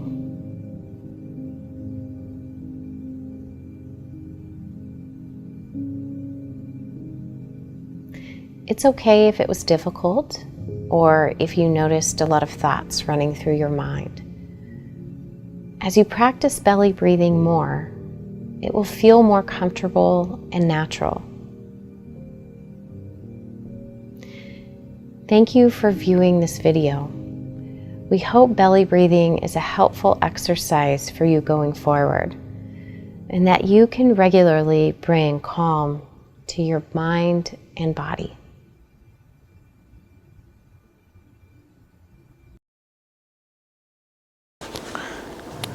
ठीक है, ठीक है, ठीक है। तो दो techniques हमने देखी, एक तो डीप ब्रीदिंग है एंड बेली ब्रीदिंग। सो ये दोनों टेक्निक से मैंने कहा पहले भी कि माइंड, ब्रेन एंड बॉडी तीनों पे भी उसका इफ़ेक्ट होता है। हाँ जी, हाँ जी। तो आप में से कौन इसका फीडबैक देना चाहेगा इस पर्टिकुलर एक्सरसाइज का? हाँ जी, हाँ मैम, हाँ ma'am. While breathing, I could hear my heartbeat Right. louder than normal. Right, right, That's okay, I'm loud enough. Thank you. Right, And that's not a good feeling. Okay, okay, ठीक है। Anything else? Right, ठीक है, ठीक है, body and mind relaxed हुआ आपने कहा, right. Sometimes during इस द फर्स्ट एक्सरसाइज हमने कहा कि जब इसको हम अडॉप्ट कर लेते हैं तो हम और कॉन्शियस हो जाते हैं अलग अलग चीज़ों के बारे में, ठीक है, और ज़्यादा रिलैक्स महसूस करते हैं। और बाकी चीज़ें जो होती है कि बहुत बार हम कॉन्सेंट्रेट नहीं कर पाते हैं, तो कुछ फिज़िकल सिम्टम्स हमें महसूस होता है, जैसे बॉडी के कुछ ऑटोनॉमिक फंक्शंस हैं, हार्ट सर्कुलेशन और हार्ट के बारे में पता चलना, हार्ट बीट्स के बारे में पता चलना ड्यूरिंग ब्रीदिंग या तो ड्यूरिंग एनी रिलैक्सेशन बहुत ही कॉमन होता है, ठीक है। इस वजह से बहुत बार डिस्ट्रैक्शंस होना, कुछ पर्टिकुलर अगर रिलैक्सेशन टेक्निक भी कर रहे हैं तो भी डिस्ट्रैक्शन इस वजह से हो सकता है, ये बहुत ही नॉर्मल है। बहुत बार ये बहुत ही माने अनसेटिस्फाइड फीलिंग्स भी होते हैं और इसको, लेकिन ये शुरुआती दौर में जब भी हम इसको शुरुआती दौर में करते हैं तो ये बहुत ही कॉमन होते हैं। ठीक है, धीरे धीरे जब ये अडॉप्ट आप करेंगे और धीरे धीरे ये रूटीनली आप करने लगेंगे तो ये परेशानी धीरे धीरे ठीक हो जाती है। ठीक है, इसके अलावा कोई फीडबैक देना चाहेगा? हाँ सर। रिगार्डिंग दिस एंजाइटी, ये तो बहुत अच्छा प्रेजेंटेशन किया आपने। Other than that, suppose anxiety है for fear of future which is not real, right, तो उसमें अगर सेल्फ एनालिसिस करें, हाँ जी, एनालाइज, हाँ जी, और बाद में maybe we can reach to some conclusion कि इट इज बेसलेस, हाँ जी, बेकार का हम डर रहे हैं, राइट, या बेकार का चिंता कर रहे हैं, right, so that may be one right, right, and secondly for for the stresses or anxiety, whatever you say, some viewing some humorous films like Right, Charlie right, Chaplin right, right. or Candid Camera, something हाँ like ji, that, हाँ जी, तो वो भी मुझे लगता है Right, थोड़ा relax right, कर सकते हैं। Right, right. तो इसके जो आपके क्वेश्चन के जो दो पार्ट थे, एक तो है कि जो प्राइमरी जो आपने पूछा, राइट है कि फ्यूचर के बारे में सोचना, एंटिसिपेट करना, प्रेडिक्ट करना, उसी के बारे में गहराई में सोचना, उसको हम रूमिनेशन कहते हैं या तो प्रीऑक्यूपेशन कहते हैं कि इसी बारे में सोच रहे हो। इस वजह से कंसर्न रहना, वरीज रहना, ज़्यादा चिंता, परेशानी, उलझन रहना, कुछ चीज़ें एंटिसिपेट करना, प्रेडिक्ट करना, जो हो सकता है कुछ निगेटिविटी, उसमें निगेटिविटी हो, हमेशा निगेटिव इवेंट्स को एंटिसिपेट करना, ये प्रॉब्लम के साथ बहुत बार एंजाइटी जुड़ी होती है। ठीक है, वरीज हम कह सकते हैं इसको। उसके साथ कभी कभी निगेटिव थॉट्स भी जुड़े होते हैं, तब उसमें डिप्रेशन भी कॉमन होता है। तो इसको जितने जल्दी आप आइडेंटिफाई करोगे कि हर एक जो फ्यूचरिस्टिक थॉट है वो कहीं ना कहीं इनिशिएट हुआ है, कोई ना कोई दिन का कोई ना कोई टाइम से ये इनिशिएट हुआ है, आप जितने जल्दी उसको आइडेंटिफाई करोगे कि इस तरीके की फ्यूचरिस्टिक थॉट्स, जिसमें ज़्यादातर जो मैंने पहले डिस्कस किया, इसको आइडेंटिफाई करना और ये देखना कि उसका कितना इम्पैक्ट हमारे माइंड पे हो रहा है, बॉडी पे हो रहा है, या तो कितनी सिविरिटी का है, और उसको आइडेंटिफाई करके मैनेज करना, हैंडल करना, ये बहुत इंपॉर्टेंट है। अगर नहीं हो पा रहा है तो उससे कोप अप करना या तो डिस्ट्रैक्ट करना। अभी डिस्ट्रैक्शन के लिए जो बेस्ट टेक्निक होता है, अगर थॉट्स आते हैं तो ये बहुत डिफिकल्ट होता है कि हम थॉट्स को अलग, पॉजिटिव थॉट्स माने निगेटिव थॉट्स आ रहे हैं जो फ्यूचर रिलेटेड हो, या तो हो सकता है पास्ट रिलेटेड कुछ निगेटिव थॉट हो, हम थॉट्स को बहुत डिफ़िकल्टी से, माने वो बहुत मुश्किल हो जाता है कि हम थॉट से रिप्लेस करें, कि हम पॉजिटिविटी में सोचेंगे, बहुत बार मुश्किल होता है। तो बेस्ट होता है कि थॉट्स को एक्शन के साथ आप डिस्ट्रैक्ट कर सकते हो। एक्शन में क्या हो सकता है, जो आपका सेकंड क्वेश्चन था, एंटरटेनमेंट क्या एक हो सकता है? हो सकता है, हर एक एंटरटेनमेंट जो आपको पसंद है, जैसे चार्ली चैपलिन हो, कॉमेडी शोज़ हो, कपिल शर्मा शो, ये माइंड बॉडी रिलैक्सेशन का ही टेक्निक हो सकता है, जिसमें क्रिएटिव विजुअलाइजेशन हो या तो क्रिएटिविटी शामिल हो। हर एक चीज़ बहुत लोग इस तरीके से पसंद करते हैं, सॉन्ग सुनना हो, वीडियो देखना हो, मेडिटेशन, मोटिवेशनल वीडियो से भी बहुत लोग अपने आप को रिलैक्स महसूस करते हैं। तो ये टेक्निक्स हो सकती है, डिस्ट्रैक्शन टेक्निक्स हो सकती है, जिसको आप धीरे धीरे अडॉप्ट कर सकते हो।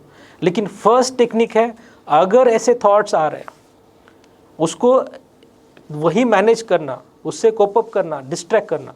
अगर वो नहीं करेंगे तो स्ट्रेस बढ़ेगा। कुछ लंबे समय अगर ऐसे थॉट कुछ समय से लेकर कुछ दिन तक चल रहे हैं, फ्यूचरिस्टिक क्या होगा, कैसे होगा, वगैरह वगैरह, तो उससे स्ट्रेस जुड़ा होता है। जब स्ट्रेस भी मैनेज नहीं हो पा रहा, माने अपने थॉट्स को मैनेज नहीं कर पाए, एक तो लोग आइडेंटिफाई नहीं कर पाते कि क्या हो रहा है, क्यों हो रहा है, उसके साथ फिर स्ट्रेस जब जुड़ता है उसको भी आइडेंटिफाई नहीं करते, मैनेज नहीं कर पाते, ना ही उसको हैंडल कर पाते, ना ही हेल्प ले पाते हैं, तो उसके साथ बहुत बार एंजाइटी, बेचैनी, घबराहट भी जुड़ी होती है। उसके साथ जब ऐसे सिम्टम्स कंटिन्यूसली 2 वीक से ज़्यादा, माने मोर देन 2 वीक्स, माने 15 डेज से ज़्यादा कंटिन्यू चल रहा है, उसमें और कुछ लक्षण माने सिम्टम जुड़ जाते हैं, जिसमें कुछ मूड की परेशानी, कुछ और निगेटिविटी जुड़ जाती है, तो उसमें उदासी भी, माने डिप्रेशन भी जुड़ने के चांसेस बढ़ जाते हैं। तो इसके लिए बहुत इंपॉर्टेंट है कि जब कुछ थॉट में ही परेशानी, उसी को ही ठीक करें, उसको स्ट्रेस, उसका कन्वर्शन और स्ट्रेस में होना नहीं चाहिए, उसके साथ एसोसिएटेड स्ट्रेस नहीं होना चाहिए। उसके साथ फिर एंजाइटी सिम्टम्स को भी आप मैनेज हैंडल कर सकते हो, या तो अगर मूड में भी प्रॉब्लम है, जैसे डिप्रेशन हो रहा है वगैरह, या तो फियर फोबियाज हो रहे हैं, या तो पैनिक सिम्टम्स हो रहे हैं, तो उसको भी आप कुछ हद तक शुरुआती दौर में कंट्रोल कर सकते हैं, आइडेंटिफाई करके मैनेज करने की कोशिश करते हैं। अगर नहीं हो पा रहा है तो हेल्प लें। जहाँ पे आप लोग लगता है कि कुछ डिस्ट्रैक्शन टेक्निक के साथ, जैसे मैंने कहा एवरीथिंग, जो भी हमने कहा रिलैक्सेशन करना, मतलब जो कोई भी रिलैक्सेशन टेक्निक है, these are the best distraction techniques, जिससे हमारे जो भी प्रॉब्लम है बॉडी में हो, माइंड में हो, विचारों में हो, सोच में हो, मूड में हो, इमोशंस में हो, फीलिंग्स में हो, उसको हम इस तरीके से पॉजिटिविटी के साथ डिस्ट्रैक्ट कर सकते हैं। तो बेस्ट, हाँ जी, हाँ जी, इसको अडॉप्ट करना पड़ता है, ये हमारे लाइफस्टाइल का पैटर्न मतलब पार्ट बनाना पड़ता है। जब भी आप इस तरीके से देखते हैं कि लाइफ में ऐसे इवेंट्स हो रहे हैं, बहुत बार अनअवॉइडेबल इवेंट्स होते हैं, जैसे मैंने कहा कोरोना अपने हाथ में नहीं था, अनअवॉइडेबल था, हर कोई उससे गुजर चुका है, हर किसी ने कुछ लॉस झेले हैं, फाइनेंशियल लॉस के लिए सब, किसी की डेथ हुई है, किसी नज़दीकी की डेथ हुई है, घर में कोई प्रॉब्लम, फिर भी हम उससे उभर चुके हैं। ठीक है, तो ये बहुत इंपॉर्टेंट होता है। इस तरीके के स्ट्रेसर लाइफ में जब आते हैं तो नहीं उभर पाते तो उसके लिए हम क्या हाँ जी, जब भी ऐसा होता है कि बहुत बार एंजाइटी, डिप्रेशन जैसी परेशानी क्रोनिक बन जाती है, नहीं मैनेज कर पाते, नहीं हैंडल कर पाते, ना ही हेल्प ले पाते, ना ही किसी को बता पाते। माने बहुत बार ये देखा जाता है लंबे समय तक, जब हमारे पास क्लाइंट आते हैं, हस्बैंड को पता नहीं वाइफ को डिप्रेशन है, क्योंकि वाइफ ने बताया नहीं, हस्बैंड को डिप्रेशन है, वाइफ को पता नहीं। जब हम हिस्ट्री लेते तो वाइफ कहती है 5 साल से है, शादी को 25 साल हो गए, 5 साल से उदासी है। रीज़न कुछ अलग अलग हो सकते हैं, लेकिन बताया नहीं। तो बहुत बार हेल्प नहीं ले पाते, बहुत बार स्टिग्मा होता है, बहुत लोगों में स्टिग्मा, अवेयरनेस नहीं होता है कि इसकी भी हेल्प ली जा सकती है वगैरह वगैरह। इस कंडीशन में जहाँ पे भी लगता है कि वो कुछ दिन से ज़्यादा बढ़ रहा है, अनमैनेजेबल हो रहा है, उसकी सीवियरिटी बढ़ रही है, या तो हम कोप अप नहीं कर पा रहे, तो इसमें प्रोफेशनल हेल्प लें। प्राइमरीली जहाँ पे mild moderate stress, anxiety, depression है, तो प्राइमरीली जो प्रोफेशनल है जिनसे कंसल्ट करना है आपको, क्लिनिकल साइकोलॉजिस्ट है, जिनके थ्रू आप डिटेल असेसमेंट इवैल्यूएशन के साथ उसका डायग्नोसिस तक कर सकते हैं। इसके साथ आप उसका मैनेजमेंट में बहुत सारी therapies, mind body relaxation techniques, इसके अलावा कुछ और मतलब थेरेपेटिक इनपुट्स के साथ उसको ठीक करने की कोशिश कर सकते हैं, और 100% उसका रिजल्ट आता है अगर वो माइल्ड टू मॉडरेट लेवल में। जहाँ सिविरिटी है वहाँ रिलैक्सेशन टेक्निक्स थेरेपी तो काम आती ही है, उसके साथ कभी कुछ समय के लिए मेडिकेशन की ज़रूरत होती है, कुछ मेडिकेशन। अफर्मेशंस का रोल क्या है इसके बीच? हाँ जी, अफर्मेशन भी एक किस्म की थॉट डिस्टॉर्शन है, अलग तरीके के थॉट, हम कहते हैं अलग अलग थॉट, जो अपना कभी था कि प्रीऑक्यूपेशन, रूमिनेशन, ये क्या है? थॉट डिस्टॉर्शन है। नॉर्मल थॉट प्रोसेस क्या अलग है, ठीक है, एंटिसिपेशन, ये सब अलग अलग तरीके के थॉट डिस्टॉर्शन है। तो अफर्मेशन करना माने हमेशा हमेशा चीज़ें प्रेडिक्ट करना, अफर्मेटिव रहना, ठीक है, ये भी एक किस्म का, मैम तो और डिटेल में बता पाएंगे क्योंकि उनका थीसिस भी शायद इसी बेसिस पे था। मैम आप इनपुट दे सकते हैं, ठीक है। तो मैम कोई भी प्रकार, जैसे सर बोल रहे हैं, कोई भी थॉट जब नॉर्मल से ज़्यादा हो रहा है, जब रूमिनेशन बार बार आप उसी चीज़ को सोचते जा रहे हैं, चाहे वो एफर्मेटिव डायरेक्शन में हो या नेगेटिव डायरेक्शन में हो, ईदर वे प्रेजेंट को अफेक्ट करता है, बेसिकली आपके फंक्शन, डेली फंक्शन को इम्पेयर करना शुरू कर देता है। तब आपको ये दिक्कतें शुरू हो जाती हैं, जब थोड़ा थोड़ा टेंशन शुरू हो जाएगा, घबराहट शुरू होनी चाहिए, ये चांसेस है, ये हो सकता है, इधर आप लो मूड हो सकता है या घबराहट हो सकती है। सो ईदर वे, चाहे वो एक्स्ट्रा पॉजिटिव थॉट्स हो या एक्स्ट्रा नेगेटिव थॉट्स हो, either way best, one of the best courses for it would be हम CBT शुरू करें और धीरे धीरे ये सारे टेक्निक्स भी यूज़ करें। अभी हम ग्रुप में कर रहे हैं, वीडियो है तो थोड़ा वो फोकस कम है, बट हम जब पर्सनली करें, छोटा ग्रुप थोड़ा और हो, तो आपको वो ज़्यादा बेनिफिट भी मिलेंगे, जो we will do it eventually, धीरे धीरे। तो that's how it is ma'am. कभी-कभी लेट गो करना किसी भी चीज़ को एक अल्टरनेटिव है, एब्सोल्युटली, पोस्टपोन करना। Absolutely ma'am. So what happens ma'am, postpone करना भी एक बहुत अच्छा पॉइंट ऑफ व्यू आप दे रही हैं। तो जैसे मैम हर किसी इंसान का हर एक केस चाहे सिमिलर हो, लेकिन उसका रिएक्शन डिफरेंट होगा, उसका थॉट प्रोसेस उसको लेके डिफरेंट होगा, pre thought process, post thought process. Yes ma'am, person to person, absolutely. तो किसी के लिए शायद लेटिंग गो पे हम काम कर सकते हैं साथ में during a therapeutic relationship, that might work for you. किसी के लिए मैम पोस्टपोन भी काम करेगा, एब्सोल्युटली राइट। किसी के लिए शायद पोस्टपोन ना काम करे, we need to address it right now. Let's say for you ma'am, हमें एड्रेस अभी करना पड़े। For you let's say ma'am postpone is working, maybe a bit of affirmation is working this way, when you are feeling that okay it's not, बहुत ज़्यादा मुझे दिक्कत नहीं कर रही है लाइफ में, मुझे उल्टा अच्छा लग रहा है, तो how should I get that into my everyday life and go ahead with this or go ahead with other therapeutic insights that we get. तो again ma'am person to person individualised होगा। और ग्रुप में ma'am जब भी हमें कोई support group किया, जैसे सर ने समझाया था, कोई सपोर्ट ग्रुप हम साथ में कर रहे हैं, इश्यूज सिमिलर है, चाहे हमारा रिएक्शन अलग हो लेकिन इश्यूज सिमिलर है, हम शेयर कर रहे हैं। हम सोच रहे हैं कि आपके साथ और मेरे साथ, दोनों के साथ इश्यूज सेम है, मेरे लिए क्या काम किया, आपके लिए क्या काम किया, दोनों के पॉइंटर्स हम सुनेंगे, शायद आपका ये पॉइंट मेरे लिए काम कर जाए। सो मैम ऐसे चलता रहता है basically any kind of therapeutic relationship. तो over sorry ma'am, Which diet is best for strengthening the brain nerves? Strengthening the brain nerves, protein based rich diet sir. ठीक है।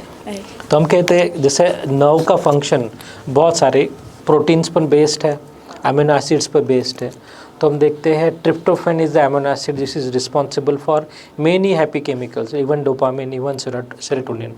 तो जो भी फूड है जिसमें tryptophan amino acid enriching capacity है, abilities है, आप उसको प्रेफर कर सकते हैं।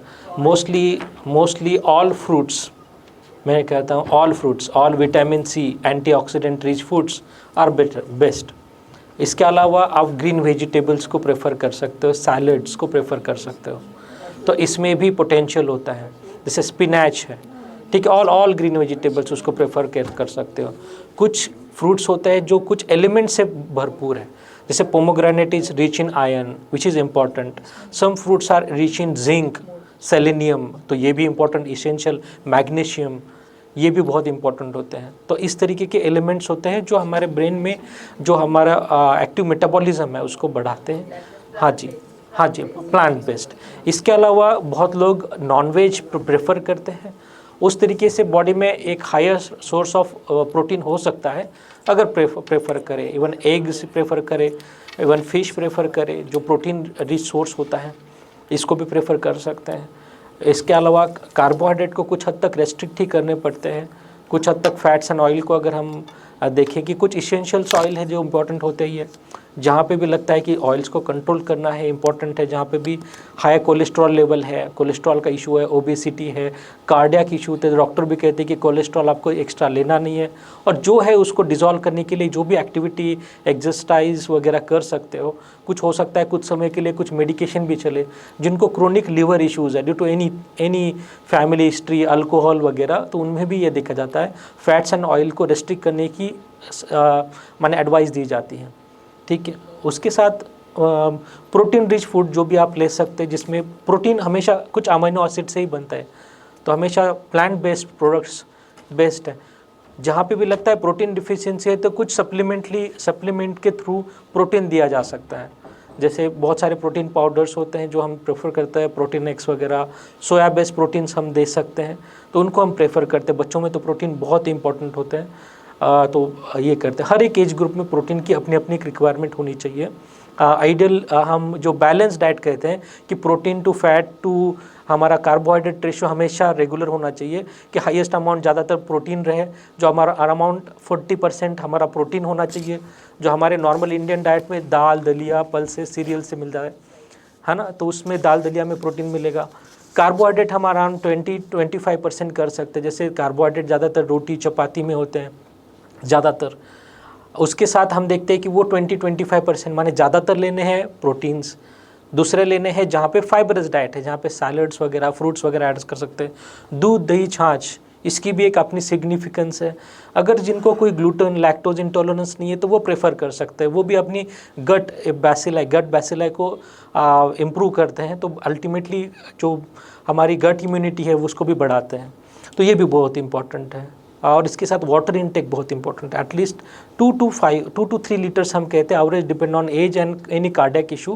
तो एवरेज कार्डियक इशू तो 2 लीटर्स, एंड अगर नहीं है तो 2 to 3 लीटर्स हम कहते हैं एवरेज लेना चाहिए।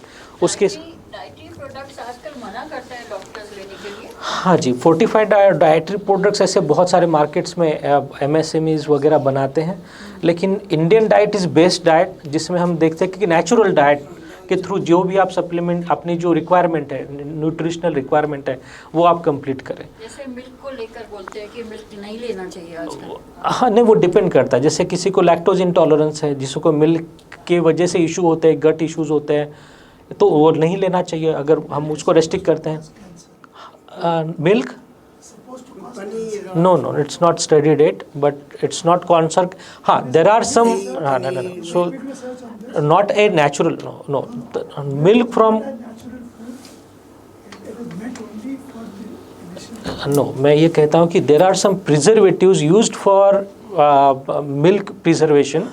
वो कैंसरोजेनिक हो सकते हैं, जैसे हाँ जी ओके ठीक है हाँ हो सकता है ओके हाँ अगर कोई कार्सिनोजन देखो पहली बात तो मिल्क कहाँ से मिलता है ऑब्वियस है कहीं मेमोरी ग्लैंड से होगा अगर मिल्क में कैंसर कॉजिंग एजेंट्स है तो जहाँ से भी मिल्क आता होगा वो जो रिसोर्स है पहले कैंसर तो उनको ही होना चाहिए जो हम देखते हैं ज़्यादातर काउज में होता है काउज कभी देखा नहीं जाता कि कैंसर की वजह से उनका डेथ हुआ ज़्यादातर नहीं है ठीक है जी हाँ जी यही मैं कह रहा हूँ कि जहाँ तक फोर्टिफाइड होता है आर्टिफिशियल होता है प्रिजर्वेटिव यूज़ करते हैं जैसे बहुत लोग यूरिया यूज़ करता है यूरिया इज़ हायर कार्सिनोजेनिक जहाँ पे इवन फ्रूट्स होते हैं आप देखेंगे जो भी मार्केट्स में फ्रूट अवेलेबल होते हैं उनको आर्टिफिशियली राइपनिंग किया जाता है तो उसमें जो केमिकल यूज़ होता है the name of the chemical is calcium carbide तो कैल्शियम कार्बाइड आप search so it's a chemical so it's a carcinogenic तो आप देखेंगे कि अगर आर्टिफिशियल आप देखेंगे और हमारी टेंडेंसी क्या है देखो जो अच्छा लगता है जो ग्रीन ज़्यादा ग्रीन है या तो ज़्यादा कलरफुल है हमें वो प्रेफर करते हैं लेकिन एक्चुअली वो आर्टिफिशियली अगर देखते हैं नेचुरली राइपनिंग किया हुआ बनाना शायद लेस देन 1% लोग देखना पसंद करें और खाना पसंद करें जो न्यूट्रिशियस है नेचुरली राइपनिंग माने से हुआ है जिसको लंबा समय लगता है वो लोग खरीदना भी पसंद नहीं करते इसलिए लोग बेचते भी नहीं हैं वही लोग खरीदना पसंद करते जो अच्छा दिखता है हरा हरा दिखता है या तो येलो येलो दिखता है ठीक है और टेस्ट में भी अलग होता है बहुत लोग सैक्चरिन यूज़ करते हैं या तो आर्थ्रोसिन यूज़ करते हैं या तो ये वाटरमेलन में भी बहुत बार सैक्चरिन यूज़ किया जाता है आर्टिफिशियल शुगर होता है तो बहुत बार और कैल्शियम कार्बाइड बहुत सारे माने फ्रूट्स में यूज़ किया जाता है राइपनिंग करने के लिए इवन लीची एक तो माने लीची भी आप देखते होंगे तो उसको भी कोटिंग करने के लिए लीची रॉ जैसे रॉ से अगर आप वहाँ उसको राइपन करने की कोशिश करें तो लंबा समय मैंगोज़ भी कैल्शियम कार्बाइड के थ्रू जो मैंगोज़ तोड़े जाते हैं अगर उसको राइपन करें तो उसमें बहुत एक महीना लगता है कभी फ्रूट लेने के बाद क्या उसको नमक के पानी में भिगोया जाए या हम उसके एक्सपर्ट नहीं हैं प्राइमरीली आप ऐसा फ्रूट देखो हाँ जी जो ऑर्गेनिकली ग्रोन है तो मैं कह रहा वो खाए जहाँ पे आपको लगता है कि केमिकल ही इन्वॉल्व हो सकता है उसको प्रेफर ना करें ठीक है जैसे हम तो मोस्टली हम ऑर्गेनिकली जैसे घर पे होता है हमारी खेती बाड़ी वहाँ से जो आता है वही हम प्रेफर करते हैं मोस्टली तो इस तरीके से हम कर सकते हैं हाँ ठीक है मैम नेक्स्ट हाँ माइंडफुलनेस एक्सरसाइज माइंडफुलनेस माने वो होता है जैसे आपने भी कहा सर ने कहा कि फ्यूचर रिलेटेड हम चले जाते हैं फ्यूचर में क्या हो रहा है हम एंटिसिपेट करते हैं अफर्मेशन होता है कभी प्रेडिक्शन होता है एंटिसिपेट करते हैं हमेशा नेगेटिविटी होती है तो माइंडफुलनेस इज़ द ट्रेनिंग जिसमें हम प्रेजेंट पे जीना सीख देते हैं without any particular response particular माने अप्रेंशन हम कहते हैं कि माइंडफुलनेस ट्रेनिंग वो है जो एंजाइटी एंड स्ट्रेस को रिलीव करेगी क्योंकि हम जो भी हो रहा है इवेंट हम प्रेजेंट पे रहने की कोशिश करते हैं ना ही पास्ट की चीज़ों को दोहराते जिसमें नेगेटिविटी हो ना ही फ्यूचर में जाते जिसमें हम निगेटिव तरीके से सोच रहे हैं या तो निगेटिव विचार आ रहे हैं या तो निगेटिव तरीके से परेशानी टेंशन चिंता परेशानी हो रही है तो माइंडफुलनेस ट्रेनिंग ये बहुत इंपॉर्टेंट है ये भी एक तरीके की एक ट्रेनिंग एक्सरसाइज है जो अडॉप्ट करना बहुत इंपॉर्टेंट है नेक्स्ट हाँ जी सपोर्ट ग्रुप बहुत इंपॉर्टेंट है जहाँ पे भी लगता है कि जैसे कोई एक सपोर्ट ग्रुप बना सकते हैं कॉमन इशू कॉमन परेशानी बेस्ड जिसमें आप डिस्कस करके अपने विचारों के साथ और जितनी भी आपके नॉलेज हो उस वहाँ पे शेयर कर सकते हैं और जिसके थ्रू लोगों के अगर हेल्प कर पाए तो बहुत ही इंपॉर्टेंट है एंजाइटी डिप्रेशन ऐसे सपोर्ट ग्रुप ज़्यादातर अल्कोहल रिलेटेड इश्यूज़ में या तो और ड्रग्स रिलेटेड इश्यूज़ में बहुत ही इफेक्टिव होते हैं लेकिन कॉमन मेंटल हेल्थ इश्यूज़ के लिए भी जैसे स्ट्रेस हो एंजाइटी डिप्रेशन हो इस तरीके के ग्रुप वेस्टर्न कंट्रीज़ में बहुत ज़्यादा है अभी फ़िलहाल इंडिया में भी इस तरीके के ट्रेंड्स चल रहे हैं जिसमें ऑनलाइन सेल्फ हेल्प ग्रुप भी आप अटेंड कर सकते हैं नेक्स्ट हाँ, प्रिवेंशन बहुत इंपॉर्टेंट है। हमने तो कहा कि जो हो गया है उसको ट्रीट करना तो ये रिस्पॉन्सिबिलिटी है, ये आपकी है, मेरी है, लेकिन सबसे बड़ी रिस्पॉन्सिबिलिटी आपकी और हमारी है, इसको प्रिवेंट करें, होने ना दे। आज तक मान लो किसी ने इस तरीके की एक्सपीरियंसेस नहीं किए, ना ही स्ट्रेस ना ही एंजाइटी। स्ट्रेस तो बहुत ही कॉमन होता है, सिचुएशन स्पेसिफिक। कोरोना ने तो सबको ही फेस किया है, तकरीबन कोरोना सब फेस कर चुके हैं। फाइनेंशियल, रिलेशनशिप, जॉब, ऑक्यूपेशन, हर तरीके के लाइफ स्ट्रेस से बहुत लोग, हर कोई गुजर चुका है। इसके अलावा एंजाइटी इश्यूज़ भी बहुत बार बहुत लोगों के पास इस तरीके का एक्सपीरियंस होता है, बहुत लोगों का इलाज भी चला होगा। प्राइमरीली ये देखना है कि इसके प्रिवेंशन क्या कर सकते हैं। प्राइमरी प्रिवेंशन में लाइफस्टाइल को मॉडिफाई करना ये बहुत इंपॉर्टेंट है। इसको बैलेंस, तो लाइफस्टाइल को मॉडिफाई करने के लिए रेगुलर एक्सरसाइज करें, हेल्दी डाइट बहुत इंपॉर्टेंट है जो हम पहले डिस्कस कर चुके हैं, और एडिक्वेट स्लीप बहुत इंपॉर्टेंट है। 6 to 8 hours, mostly 7 to 8 hours in this age is adequate, कि एक क्वालिटी ऑफ स्लीप अगर बेहतर है तो कंपेरेटिव स्ट्रेस एंजाइटी ना हो नहीं पाएगी। सोशल एंड इमोशनल सपोर्ट बहुत इंपॉर्टेंट है। लोगों से बातचीत करें, इंट्रोवर्ट ना रहे, अपने आप में ना रहे, अपने इमोशंस को एक्सप्रेस करें। अगर कोई पॉजिटिव निगेटिव दोनों इमोशंस को एक्सप्रेस कर सकते हैं, एटलीस्ट हेल्प ले, ये बहुत इंपॉर्टेंट है। ठीक है जी। दूसरा होता है टाइम मैनेजमेंट। बहुत लोग जो बिज़ी रहते हैं, जैसे मैंने कहा, जो भी हमारा बिज़ी लाइफ स्पैन होता है तकरीबन स्कूल से लेकर रिटायरमेंट तक, तो ये एक लाइफ स्पैन ऐसा है जिसमें अगर हम प्रोडक्टिवली बिज़ी रहे, फिर वो स्कूलिंग, करियर के साथ, या तो जॉब, ऑक्यूपेशन के साथ, या तो बिजनेस के साथ, उस तरीके से हम अगर बिज़ी रहते हैं तो कंपेरेटिव उसके साथ भी स्ट्रेस होता है। लेकिन जो ज़्यादा बेहतर तरीके से अपने आप को बिज़ी रख सकते हैं, तो वो देखते हैं कि उनमें कंपेरेटिव स्ट्रेस एंजाइटी होने के चांसेस कम हो जाते हैं। ठीक है। और ठीक है, टाइम मैनेजमेंट जो कर पाते हैं, अपने टोटल 24 आवर्स का एक डेली शेड्यूल फॉलो कर पाते हैं और इसी में ही ऑक्यूपाइड रहते हैं, तो इनको स्ट्रेस एंजाइटी कम हो जाती है। Healthy boundaries and self care, ये भी बहुत इंपॉर्टेंट है। जैसे माने हम ऐसे चीज़ें सीख सकते हैं, जैसे कुछ हैबिट बन सकती है। स्ट्रेस एंजाइटी कुछ सब्सटेंस इश्यूज़ में भी कॉमन होता है, जैसे जो स्मोकिंग करते हैं, अल्कोहल लेते हैं, इस तरीके की अगर हैबिट है तो उसके साथ कुछ समय के लिए अल्कोहल तो स्ट्रेस रिलीव करता है।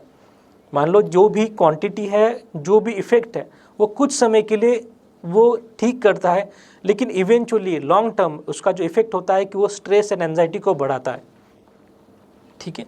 तो अल्कोहल की कोई ऐसा लिमिट नहीं है, लेकिन प्राइमरीली अगर ऐसी कोई हैबिट बनी है तो उस तरीके से देखा जाए तो वो हमेशा स्ट्रेस एंड एंजाइटी बढ़ाने का ही काम करते हैं। ठीक है। इन्वायरमेंटल, अगर मान लो कोई भी इन्वायरमेंटल रिलेटेड स्ट्रेसर है, बहुत जल्दी उसको ठीक करें, मतलब एक तो आइडेंटिफाई करें, उसको मैनेज करने की कोशिश करें, और जहाँ तक पॉसिबल है उसको आपने प्रॉब्लम आइडेंटिफाई करना है लाइफ में जो है, जहाँ तक पॉसिबल है, और उसका जहाँ तक भी सॉल्यूशन मिल सकता है। अल्टीमेटली एक होता है जैसे का अफर्मेशन, ये एक इंपॉर्टेंट एस्पेक्ट होता है, पॉजिटिव अफर्मेशन। उसके साथ अल्टीमेट ये होता है कि एक्सेप्टेंस।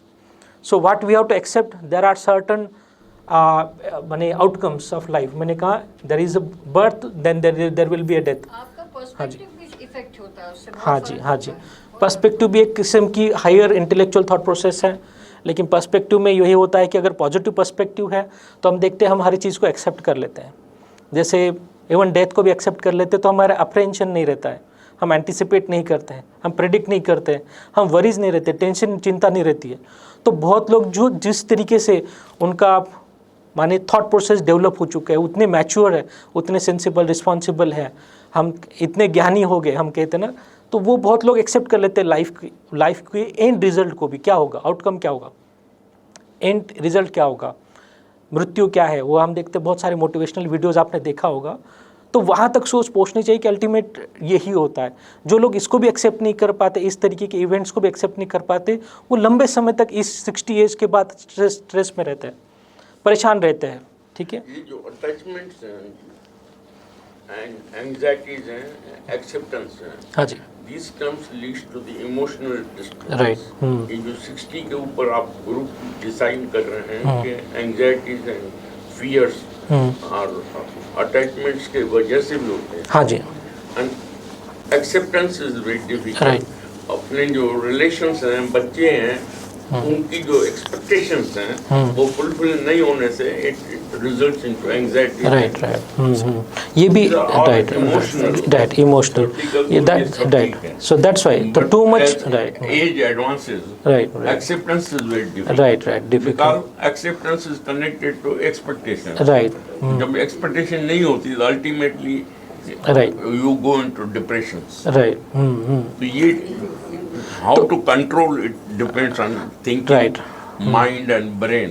Right. So ये जो past incidents हैं that leads to all these things. Right So it is very difficult for a human to control Right. all these things. Right. ये theoretical तो ठीक है। राइट But बहुत जब बार आप से राइट अकेले रह जाते right, हैं, बच्चे right. नहीं है या फैमिली right. नहीं है या हाँ जी, फ्रेंड्स नहीं है, फैमिली फ्रेंड्स नहीं होने से it is very difficult to control the thought process. Right, so that's why, so sometimes there are certain situation जो comparatively it's difficult to accept the circumstances, है ना, जो भी पास्ट इवेंट्स थे, पास्ट को हम चेंज नहीं कर सकते हैं। No but you can Right. Avoid also. Right, if possible right, अगर ऐसे सर्कमस्टेंसेस को अगर अवॉइड कर सकते हैं विथ सम एक्सपीरियंसेस जो भी प्रीवियस हो चुके हैं कि फ्यूचर में नहीं होने देने चाहिए, प्रेजेंट में नहीं होने देने चाहिए, हम तो कहते हैं हम पास्ट की गलतियों से सीखते हैं, जहाँ तक गलती ठीक कर सकते हैं ठीक है, नहीं तो उसको एक्सेप्ट करके आगे बढ़ना, ये बहुत इंपॉर्टेंट है। इसीलिए ये माइंडफुलनेस ट्रेनिंग, ठीक है, there are various other aspect also जहाँ पे एक्सेप्ट ही नहीं कर पा रहे, और इस वजह से बहुत ज़्यादा परेशानी हो रही है इमोशंस पर, बहुत ज़्यादा परेशानी हो रही है थॉट्स पर, बहुत ज़्यादा परेशानी हो रही है मूड पर। तो इस एस्पेक्ट में भी हेल्प हो सकती है।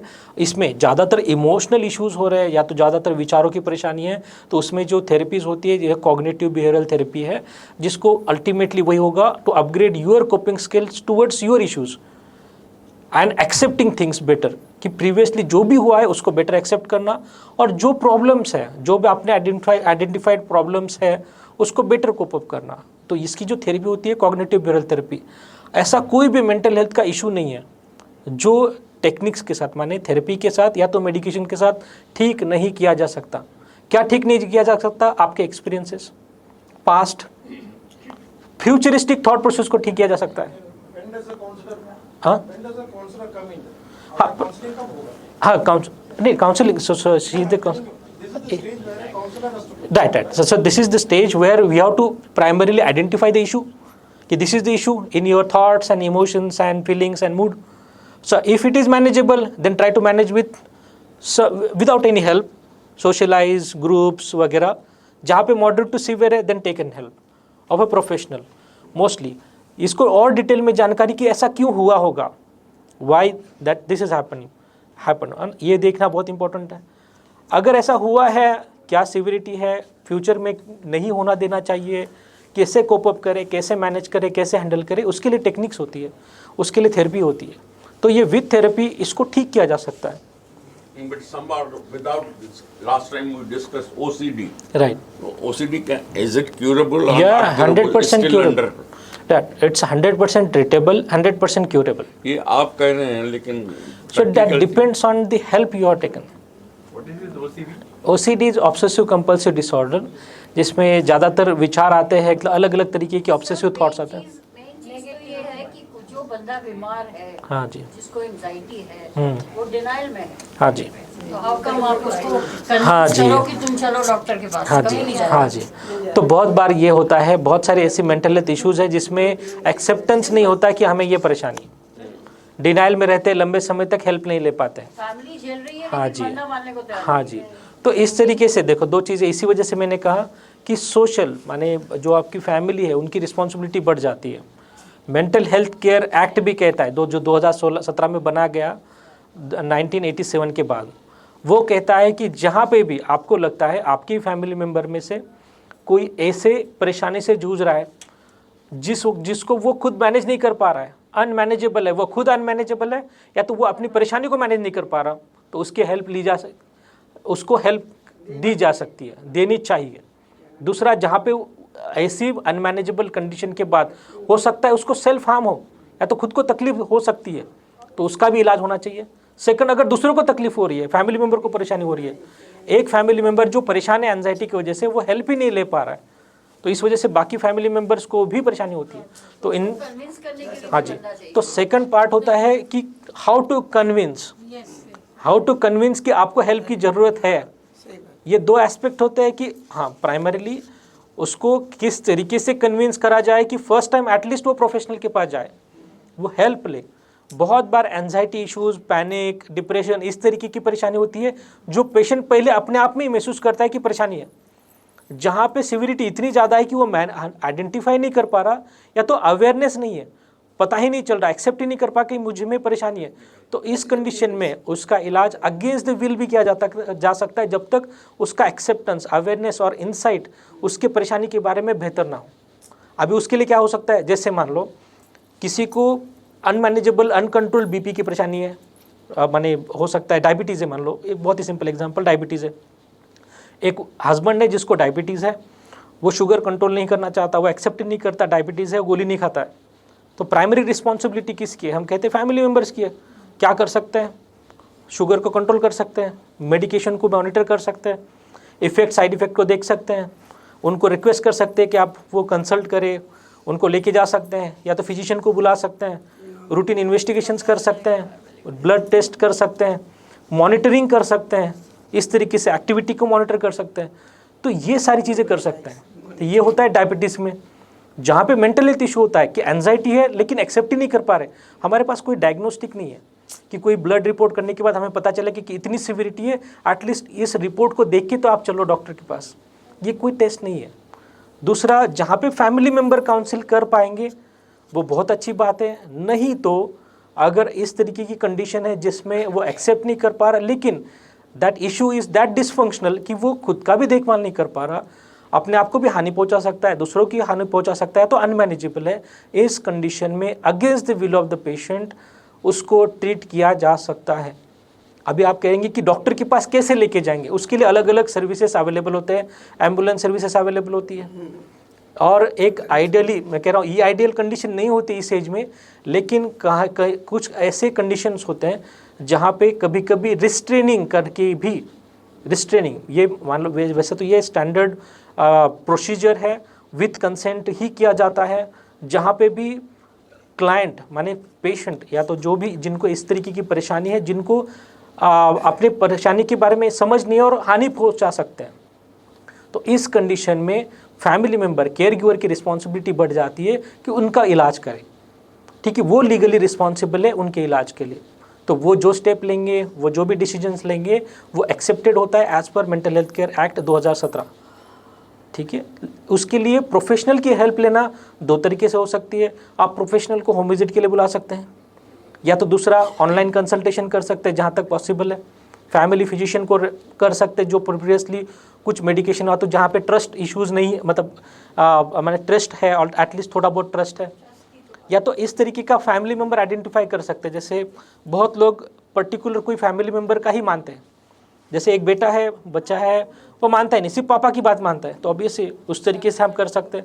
या तो दादाजी की बात माना जाता है, या तो हस्बैंड वाइफ की बात मानते हैं, सिर्फ वाइफ हस्बैंड की, तो इस तरीके से उनको काउंसिल किया जा सकता है। नहीं काउंसिल किया जाता तो कुछ हद तक वहाँ पे हम डिसीजंस ले सकते हैं। Some mental health which are not curable. हाँ। And the patient harm himself. हाँ जी। And the suicidal है, हाँ जी। or mercy killing है, or something is required. हाँ। Because the constitutionally rights are not there to kill yourself. Right. Mercy killing is not possible. Right. And it is not curable. नहीं, it's important. नहीं, even suicide is curable primarily. Suicide is 100% curable. And primarily suicide has been decriminalized. अभी criminal report, पहले MLC बनता था, अगर आप suppose suicide करने की कोशिश कर रहे हैं, सोच रहे हैं, अबेटमेंट कर रहे हैं, या तो खुद कोशिश कर रहे हैं, अटेम्प्ट कर रहे हैं, तो ये पहले क्रिमिनलाइज था, MLC बनती थी, अभी नहीं बनती है। 2017 के बाद डिक्रिमिनलाइज हो गया, तो अभी क्रिमिनल ऑफेंस नहीं है सुसाइड करना, लेकिन नहीं करना चाहिए। राइट,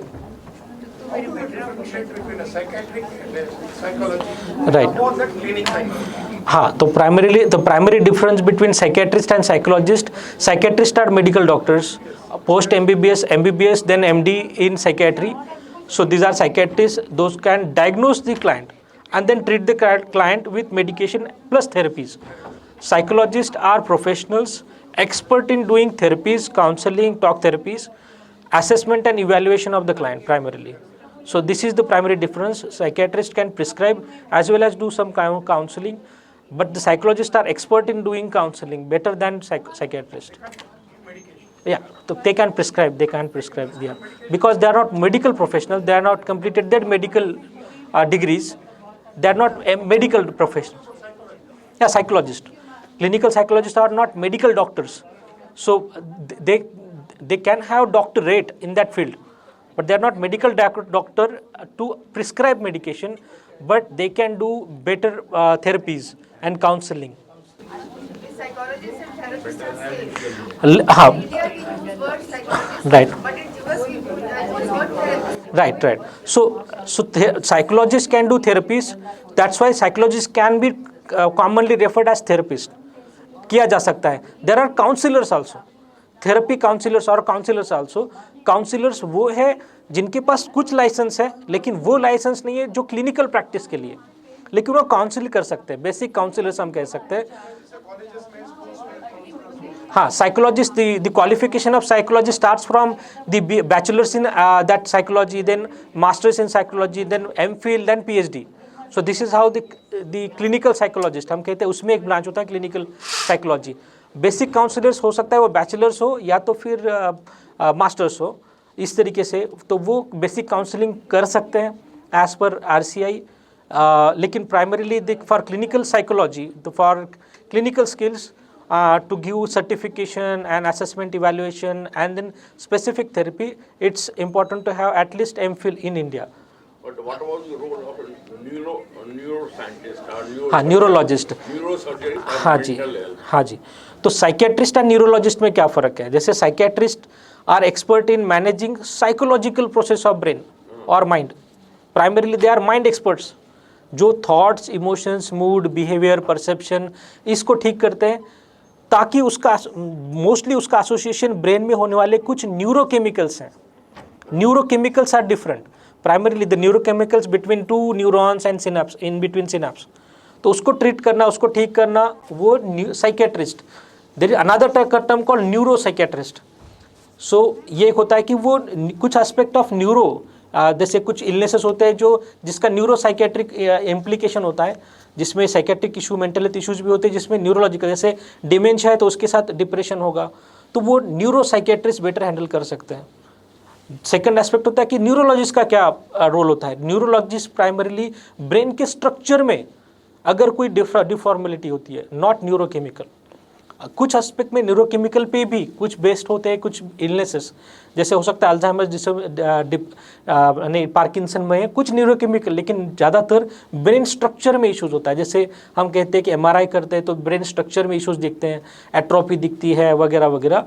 तो इस कंडीशन में जो प्राइमरी लाइन ऑफ मैनेजमेंट होता है, जो एक्सपर्ट होते हैं, वो न्यूरोलॉजिस्ट होता है. तो मेंटल हेल्थ तो अफेक्ट करती है अल्टीमेटली. हाँ जी. It works from mind to brain. Right. So that is neurosurgery, no? हाँ, that is neuro psychiatry primarily. That is different line or psychiatrist can handle? No, psychiatrists are not expert in doing surgeries. हाँ, surgeries नहीं करते हैं. Neurosurgeons are. हाँ, neurosurgeon कर सकते हैं. अगर कोई फिजिकल ट्रॉमा है, इश्यूज है, जैसे कैंसर है, न्यूरोलॉजिकल इश्यूज है, तो इस तरीके से अगर कोई माने जहाँ पे ऑपरेटिव प्रोसीजर्स मैंडेटरी है, वहाँ पे जो जिनका रोल रिस्पॉन्सिबिलिटी है वो न्यूरोसर्जन है. जहाँ पे इलनेसेस है, न्यूरोलॉजी किसमें आप? Psychiatrist and psychologist both. OCD के लिए दोनों भी, जैसे साइकेट्रिस्ट मेडिकेशन एंड कुछ थेरेपीज, जहाँ पे मैंने कहा deep stimulation, deep brain stimulation भी करते हैं, या तो आरटीएमएस जैसी प्रोसीजर्स, या साइकेट्रिस्ट एक्सपर्ट होता है. साइकोलॉजिस्ट इसमें अलग अलग तरीके की थेरेपीज कर सकते हैं. Cognitive behavioural therapy, exposure and response prevention, इस तरीके के अलग अलग थेरेपीज यूज़ करके ओसीडी को ठीक किया जा सकता है. Psychologists and clinical psychologists are the same? Clinical psychology is a branch of psychology. In MPhil, masters, postmasters, तो इसमें क्लिनिकल साइकोलॉजी कर सकते हैं.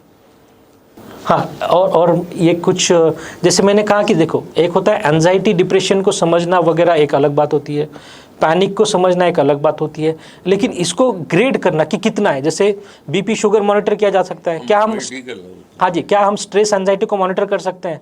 तो एक हमारे पास बायोफीडबैक मशीन है जिसके थ्रू इस तरीके से हम अलग अलग पैरामीटर्स के साथ स्ट्रेस रिस्पॉन्स को मॉनिटर कर सकते हैं। जैसे हम देखते हैं कि जब भी हमें ज़्यादा डर लगता है तो पाल्पिटेशन होता है, हार्ट बीट बढ़ जाती है। तो पाल्पिटेशन मतलब क्या? पल्स रेट बढ़ेगा, बीपी फ्लक्चुएट होगा। तो यही दिख जाता है इस कर्व में, जहाँ पे भी जहाँ हम ज़्यादा स्ट्रेस एंजाइटी में हैं, तो इस तरीके के वाइटल्स बहुत इंपॉर्टेंट है। बॉडी टेम्परेचर चेंज हो सकता है, ज़्यादा काम माने ज़्यादा हो सकता है कि हम क्लमजी महसूस करें, ज़्यादा माने तो इस तरीके से टेम्परेचर वेरिएशन भी होते हैं during our flight and fright mechanism. हम कहते हैं कि एक तो हमें हमारे ब्रेन ने ही दिखाया अलग अलग केमिकल है जो हो सकता है कि उसके साथ लड़ना सिखाएंगे, तो कुछ लोग उससे डरना भी सिखाते हैं, मतलब कुछ केमिकल्स। तो इस तरीके के रिस्पांस में टेम्परेचर के भी वेरिएशन होते हैं जो हमें दिख सकता है बायोफीडबैक में। Temperature, pulse, GSR galvanic skin response, जैसे हमने कहा जब भी डर लगता है, एंजाइटी होती है, तो हो सकता है पसीना छूटे। तो एक गैल्वेनिक स्किन रिस्पॉन्स है बॉडी में, अपने स्किन माने हर एक जगह पर जो भी हमारे हेयर फॉलिकल्स हैं वहाँ से एक पर्टिकुलर अमाउंट ऑफ इम्पल्स हमारे बॉडी से करंट फ्लो होता है। लेकिन जब हम एंजाइटी होती है, ज़्यादातर स्ट्रेस होता है, जहाँ पे स्वेटिंग हो रहा है, तो वो इम्पल्स में इम्पेयरमेंट होता है। हर किसी का एक अपना बेसलाइन होता है जीएसआर गैल्वेनिक स्किन रिस्पॉन्स, लेकिन जब भी वो ज़्यादा टेंस हो, ज़्यादा स्ट्रेस में हो, तो जीएसआर वैल्यू कम हो जाता है, और जितना रिलैक्स हो जाए जीएसआर वैल्यू बढ़ जाता है। तो इस तरीके से देखा जाए तो जीएसआर भी एक वाइटल बायोफीडबैक पैरामीटर है। सेकंड पैरामीटर होता है रेस्पिरेटरी रेट। हम देखते हैं जब भी हमें एक डर लगता है तो हम बड़ी बड़ी सांस लेते हैं, तो हमारा जो रेस्पिरेटरी रेट है वो बढ़ जाएगा। जहाँ पे हम ज़्यादा आराम से नींद में हैं तो हम बहुत ही धीमे धीमे सांस लेते हैं या तो रिलैक्स कर रहे हैं। जहाँ पे डर नहीं है तो हमारी जो रेस्पिरेटरी रेट है वो भी एक इम्पॉर्टेंट इंडिकेटर है कि हम हमारे एंजाइटी और स्ट्रेस स्टेट में हैं या नहीं। इसके अलावा कुछ EEG एंड EMG होता है। EMG इज़ हमारे मसल्स का, जहाँ पे हम देखते हैं कि जहाँ पे भी ज़्यादा बेचैनी घबराहट होती है, डर महसूस होता है, तो हम कभी कभी फटीग महसूस होता है, फिजिडिटी महसूस होती है, ठीक है, वीकनेस महसूस होता है, क्रैम्प्स भी आते हैं कभी कभी। तो ये जो मसल की जो वीकनेस होती है इलेक्ट्रोमायोग्राम में यहाँ पे दिखाई दे सकती है।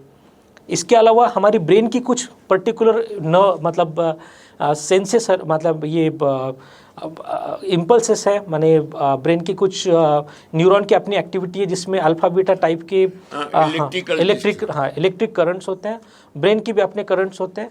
तो उसको भी हम ग्रेड कर सकते हैं। इसमें EEG इलेक्ट्रोएंसेफेलोग्राम ऐड होता है, जिसके थ्रू हमारे ब्रेन की जो एक्टिविटी है वो देखी जाती है। स्ट्रेस में अलग होती है, एंजाइटी में अलग होती है, डिप्रेशन, फोबियाज में अलग अलग। तो इसको भी ग्रेड किया जाता है, माने इसको भी देखा जाता है। ये भी एक किस्म की बायोफीडबैक के पैरामीटर्स है। तो इस तरीके की एक बायोफीडबैक मशीन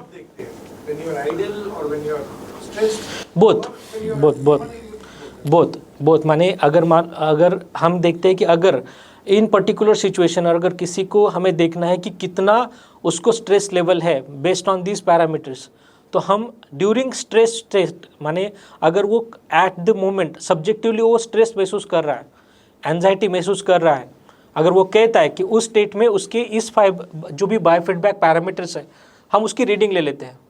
और उसके साथ जो भी उसकी टेक्निक्स होगी, थेरेपीज होगी, मेडिकेशन होगा, जो भी एक्टिविटीज़ होगी, उसके साथ उसके बाद एक बायोफीडबैक के ऑब्जेक्टिव यहाँ पे जो भी माने पैरामीटर्स देखे जाते हैं, जो भी उसके प्रीवियस रिपोर्ट थे और ये उसके बाद की रिपोर्ट है, उसमें ड्रास्टिक चेंज होता है। कुछ पैरामीटर बढ़ जाते हैं, कुछ पैरामीटर कम हो जाते हैं। No, TMT is different. TMT is different, and this biofeedback based stress monitoring is different, right? Right. So the cardiac stress test is different, TMT. लेकिन so this is for biofeedback based. So for stress, anxiety, depression, so primarily we use this biofeedback. इसके अलावा GSR की एक अलग machinery भी है, जैसे GSR through this machine, तो लार्जर मशीन हम कर सकते हैं। इसके अलावा एक छोटी कॉम्पैक्ट मशीन भी होती है जिसको हम डेली बेसिस पर रूटीनली यूज़ करते हैं। So this is the GSR machine. ये डिस्टेंट फिंगर पर जब हम लगाते हैं GSR, सो इसका एक गैल्वेनिक स्किन रिस्पॉन्स होता है। जब भी हम ज़्यादा स्ट्रेस में हो, अपनी एक बेसलाइन तो ऑलरेडी होती है कि हम ना स्ट्रेस में है ना ही ज़्यादा काम है, रिलैक्स्ड है, तो हमारी एक बेसलाइन, हर इंडिविजुअल की अपनी बेसलाइन होती है। जब ज़्यादा स्ट्रेस महसूस करे तो GSR वैल्यू हमेशा कम हो जाता है, और जितना रिलैक्स हो जाए तो GSR वैल्यू बढ़ जाता है। तो इस तरीके से यहाँ पे इंडिकेटर के साथ वैल्यूज दिखती है, ठीक है। एवरेज हम देखते हैं, average GSR value in baseline 400-500 होता है GSR स्केल। जब ये स्ट्रेस होता है तो ये लेस देन 50 भी चला जा सकता है, लेकिन जितना रिलैक्स हो तो वो 2000 प्लस भी चला जाता है। ज़्यादातर जो मॉन्क्स है, माने जो मेडिटेशन करते वगैरह, उनमें बेसलाइन भी 1500 के ऊपर आती है। और जो ज़्यादा स्ट्रेस में, जैसे पुलिस ऑफिसर्स है, या तो जिनकी ड्यूटी आवर ज़्यादा है, स्ट्रेसफुल जॉब है, आर्मी ऑफिसर्स है, तो उनकी बेसलाइन ही होती है 200-300। तो कितना डिफरेंस है कि जिनकी जो स्ट्रेसफुल सिचुएशन के साथ जी रहे हैं, उनका जो बॉडी का रिस्पॉन्स है उसका बेसलाइन ही कम है, और जो बहुत ही माने सिंपलिस्टिक लाइफ मेडिटेशन के साथ एक मॉन्क्स की लाइफ जी रहे हैं, तो उनका बेसलाइन 1500 के ऊपर। इतना डिफरेंस हो जाता है। आप ऑब्जर्वेशन लेते हैं तो कैसे मालूम ये बेसलाइन कहाँ पर है? नहीं, ये इंडिविजुअल स्पेसिफिक होता है। तो बेसलाइन जब भी हम करते हैं तो इंडिविजुअल सब्जेक्टिव जो वो कहता है कि हाँ मैं रिलैक्स महसूस कर रहा हूँ, जब भी हमने कोई रिलैक्सेशन टेक्निक नहीं की है, उस वक्त after 10 minutes of GSR value उसका एक बेसलाइन वैल्यू बन जाता है। उसके साथ वो कहता है कि नहीं, मुझे थोड़ा एंजाइटी महसूस करती है तो एटलीस्ट मुझे कुछ माइंड बॉडी रिलैक्सेशन होना चाहिए, कुछ मेडिकेशन देनी चाहिए, या तो कुछ थेरेपी, अलग थेरेपी होनी चाहिए। उस पोस्ट थेरेपी के बाद भी हम, मतलब थेरेपी के बाद भी हम GSR वैल्यू देखते हैं, तो उसमें हमेशा इसमें एक गैप होता है, हमेशा माने GSR वैल्यू हमेशा बढ़ जाता है इसमें।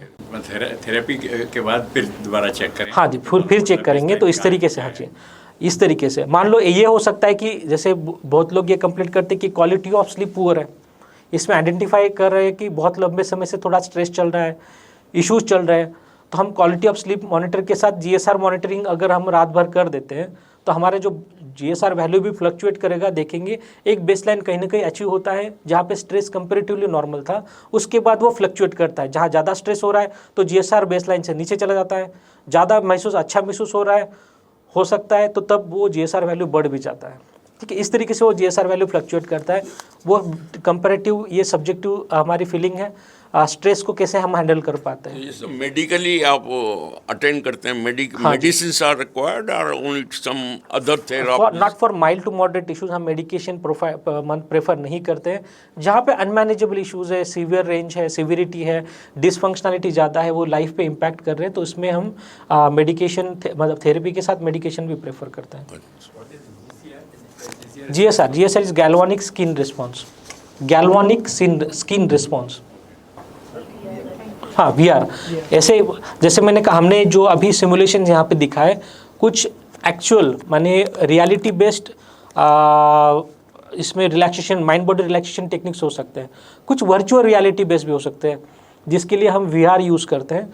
VR में जैसे ये ग्रीनरी सीनरी का जो आपको सिमुलेशन दिख रहा था कि कोई ट्रैवल कर रहा है, उस वक्त हमें बेली ब्रीदिंग करना है, ठीक है। ये आपने देख रहे थे, यहाँ पे सिमुलेशन चल रहा था, या माने मल्टीमीडिया चल रहा था। ऐसा ही 3D अगर आपको सिमुलेशन देखना है तो VR भी अवेलेबल है, वर्चुअल रियलिटी बेस्ड, जहाँ पे आप एक्चुअल इन्वायरमेंट को आप सिमुलेशन के थ्रू, VR सिमुलेशन के थ्रू उसको एक्सपीरियंस कर सकते हैं।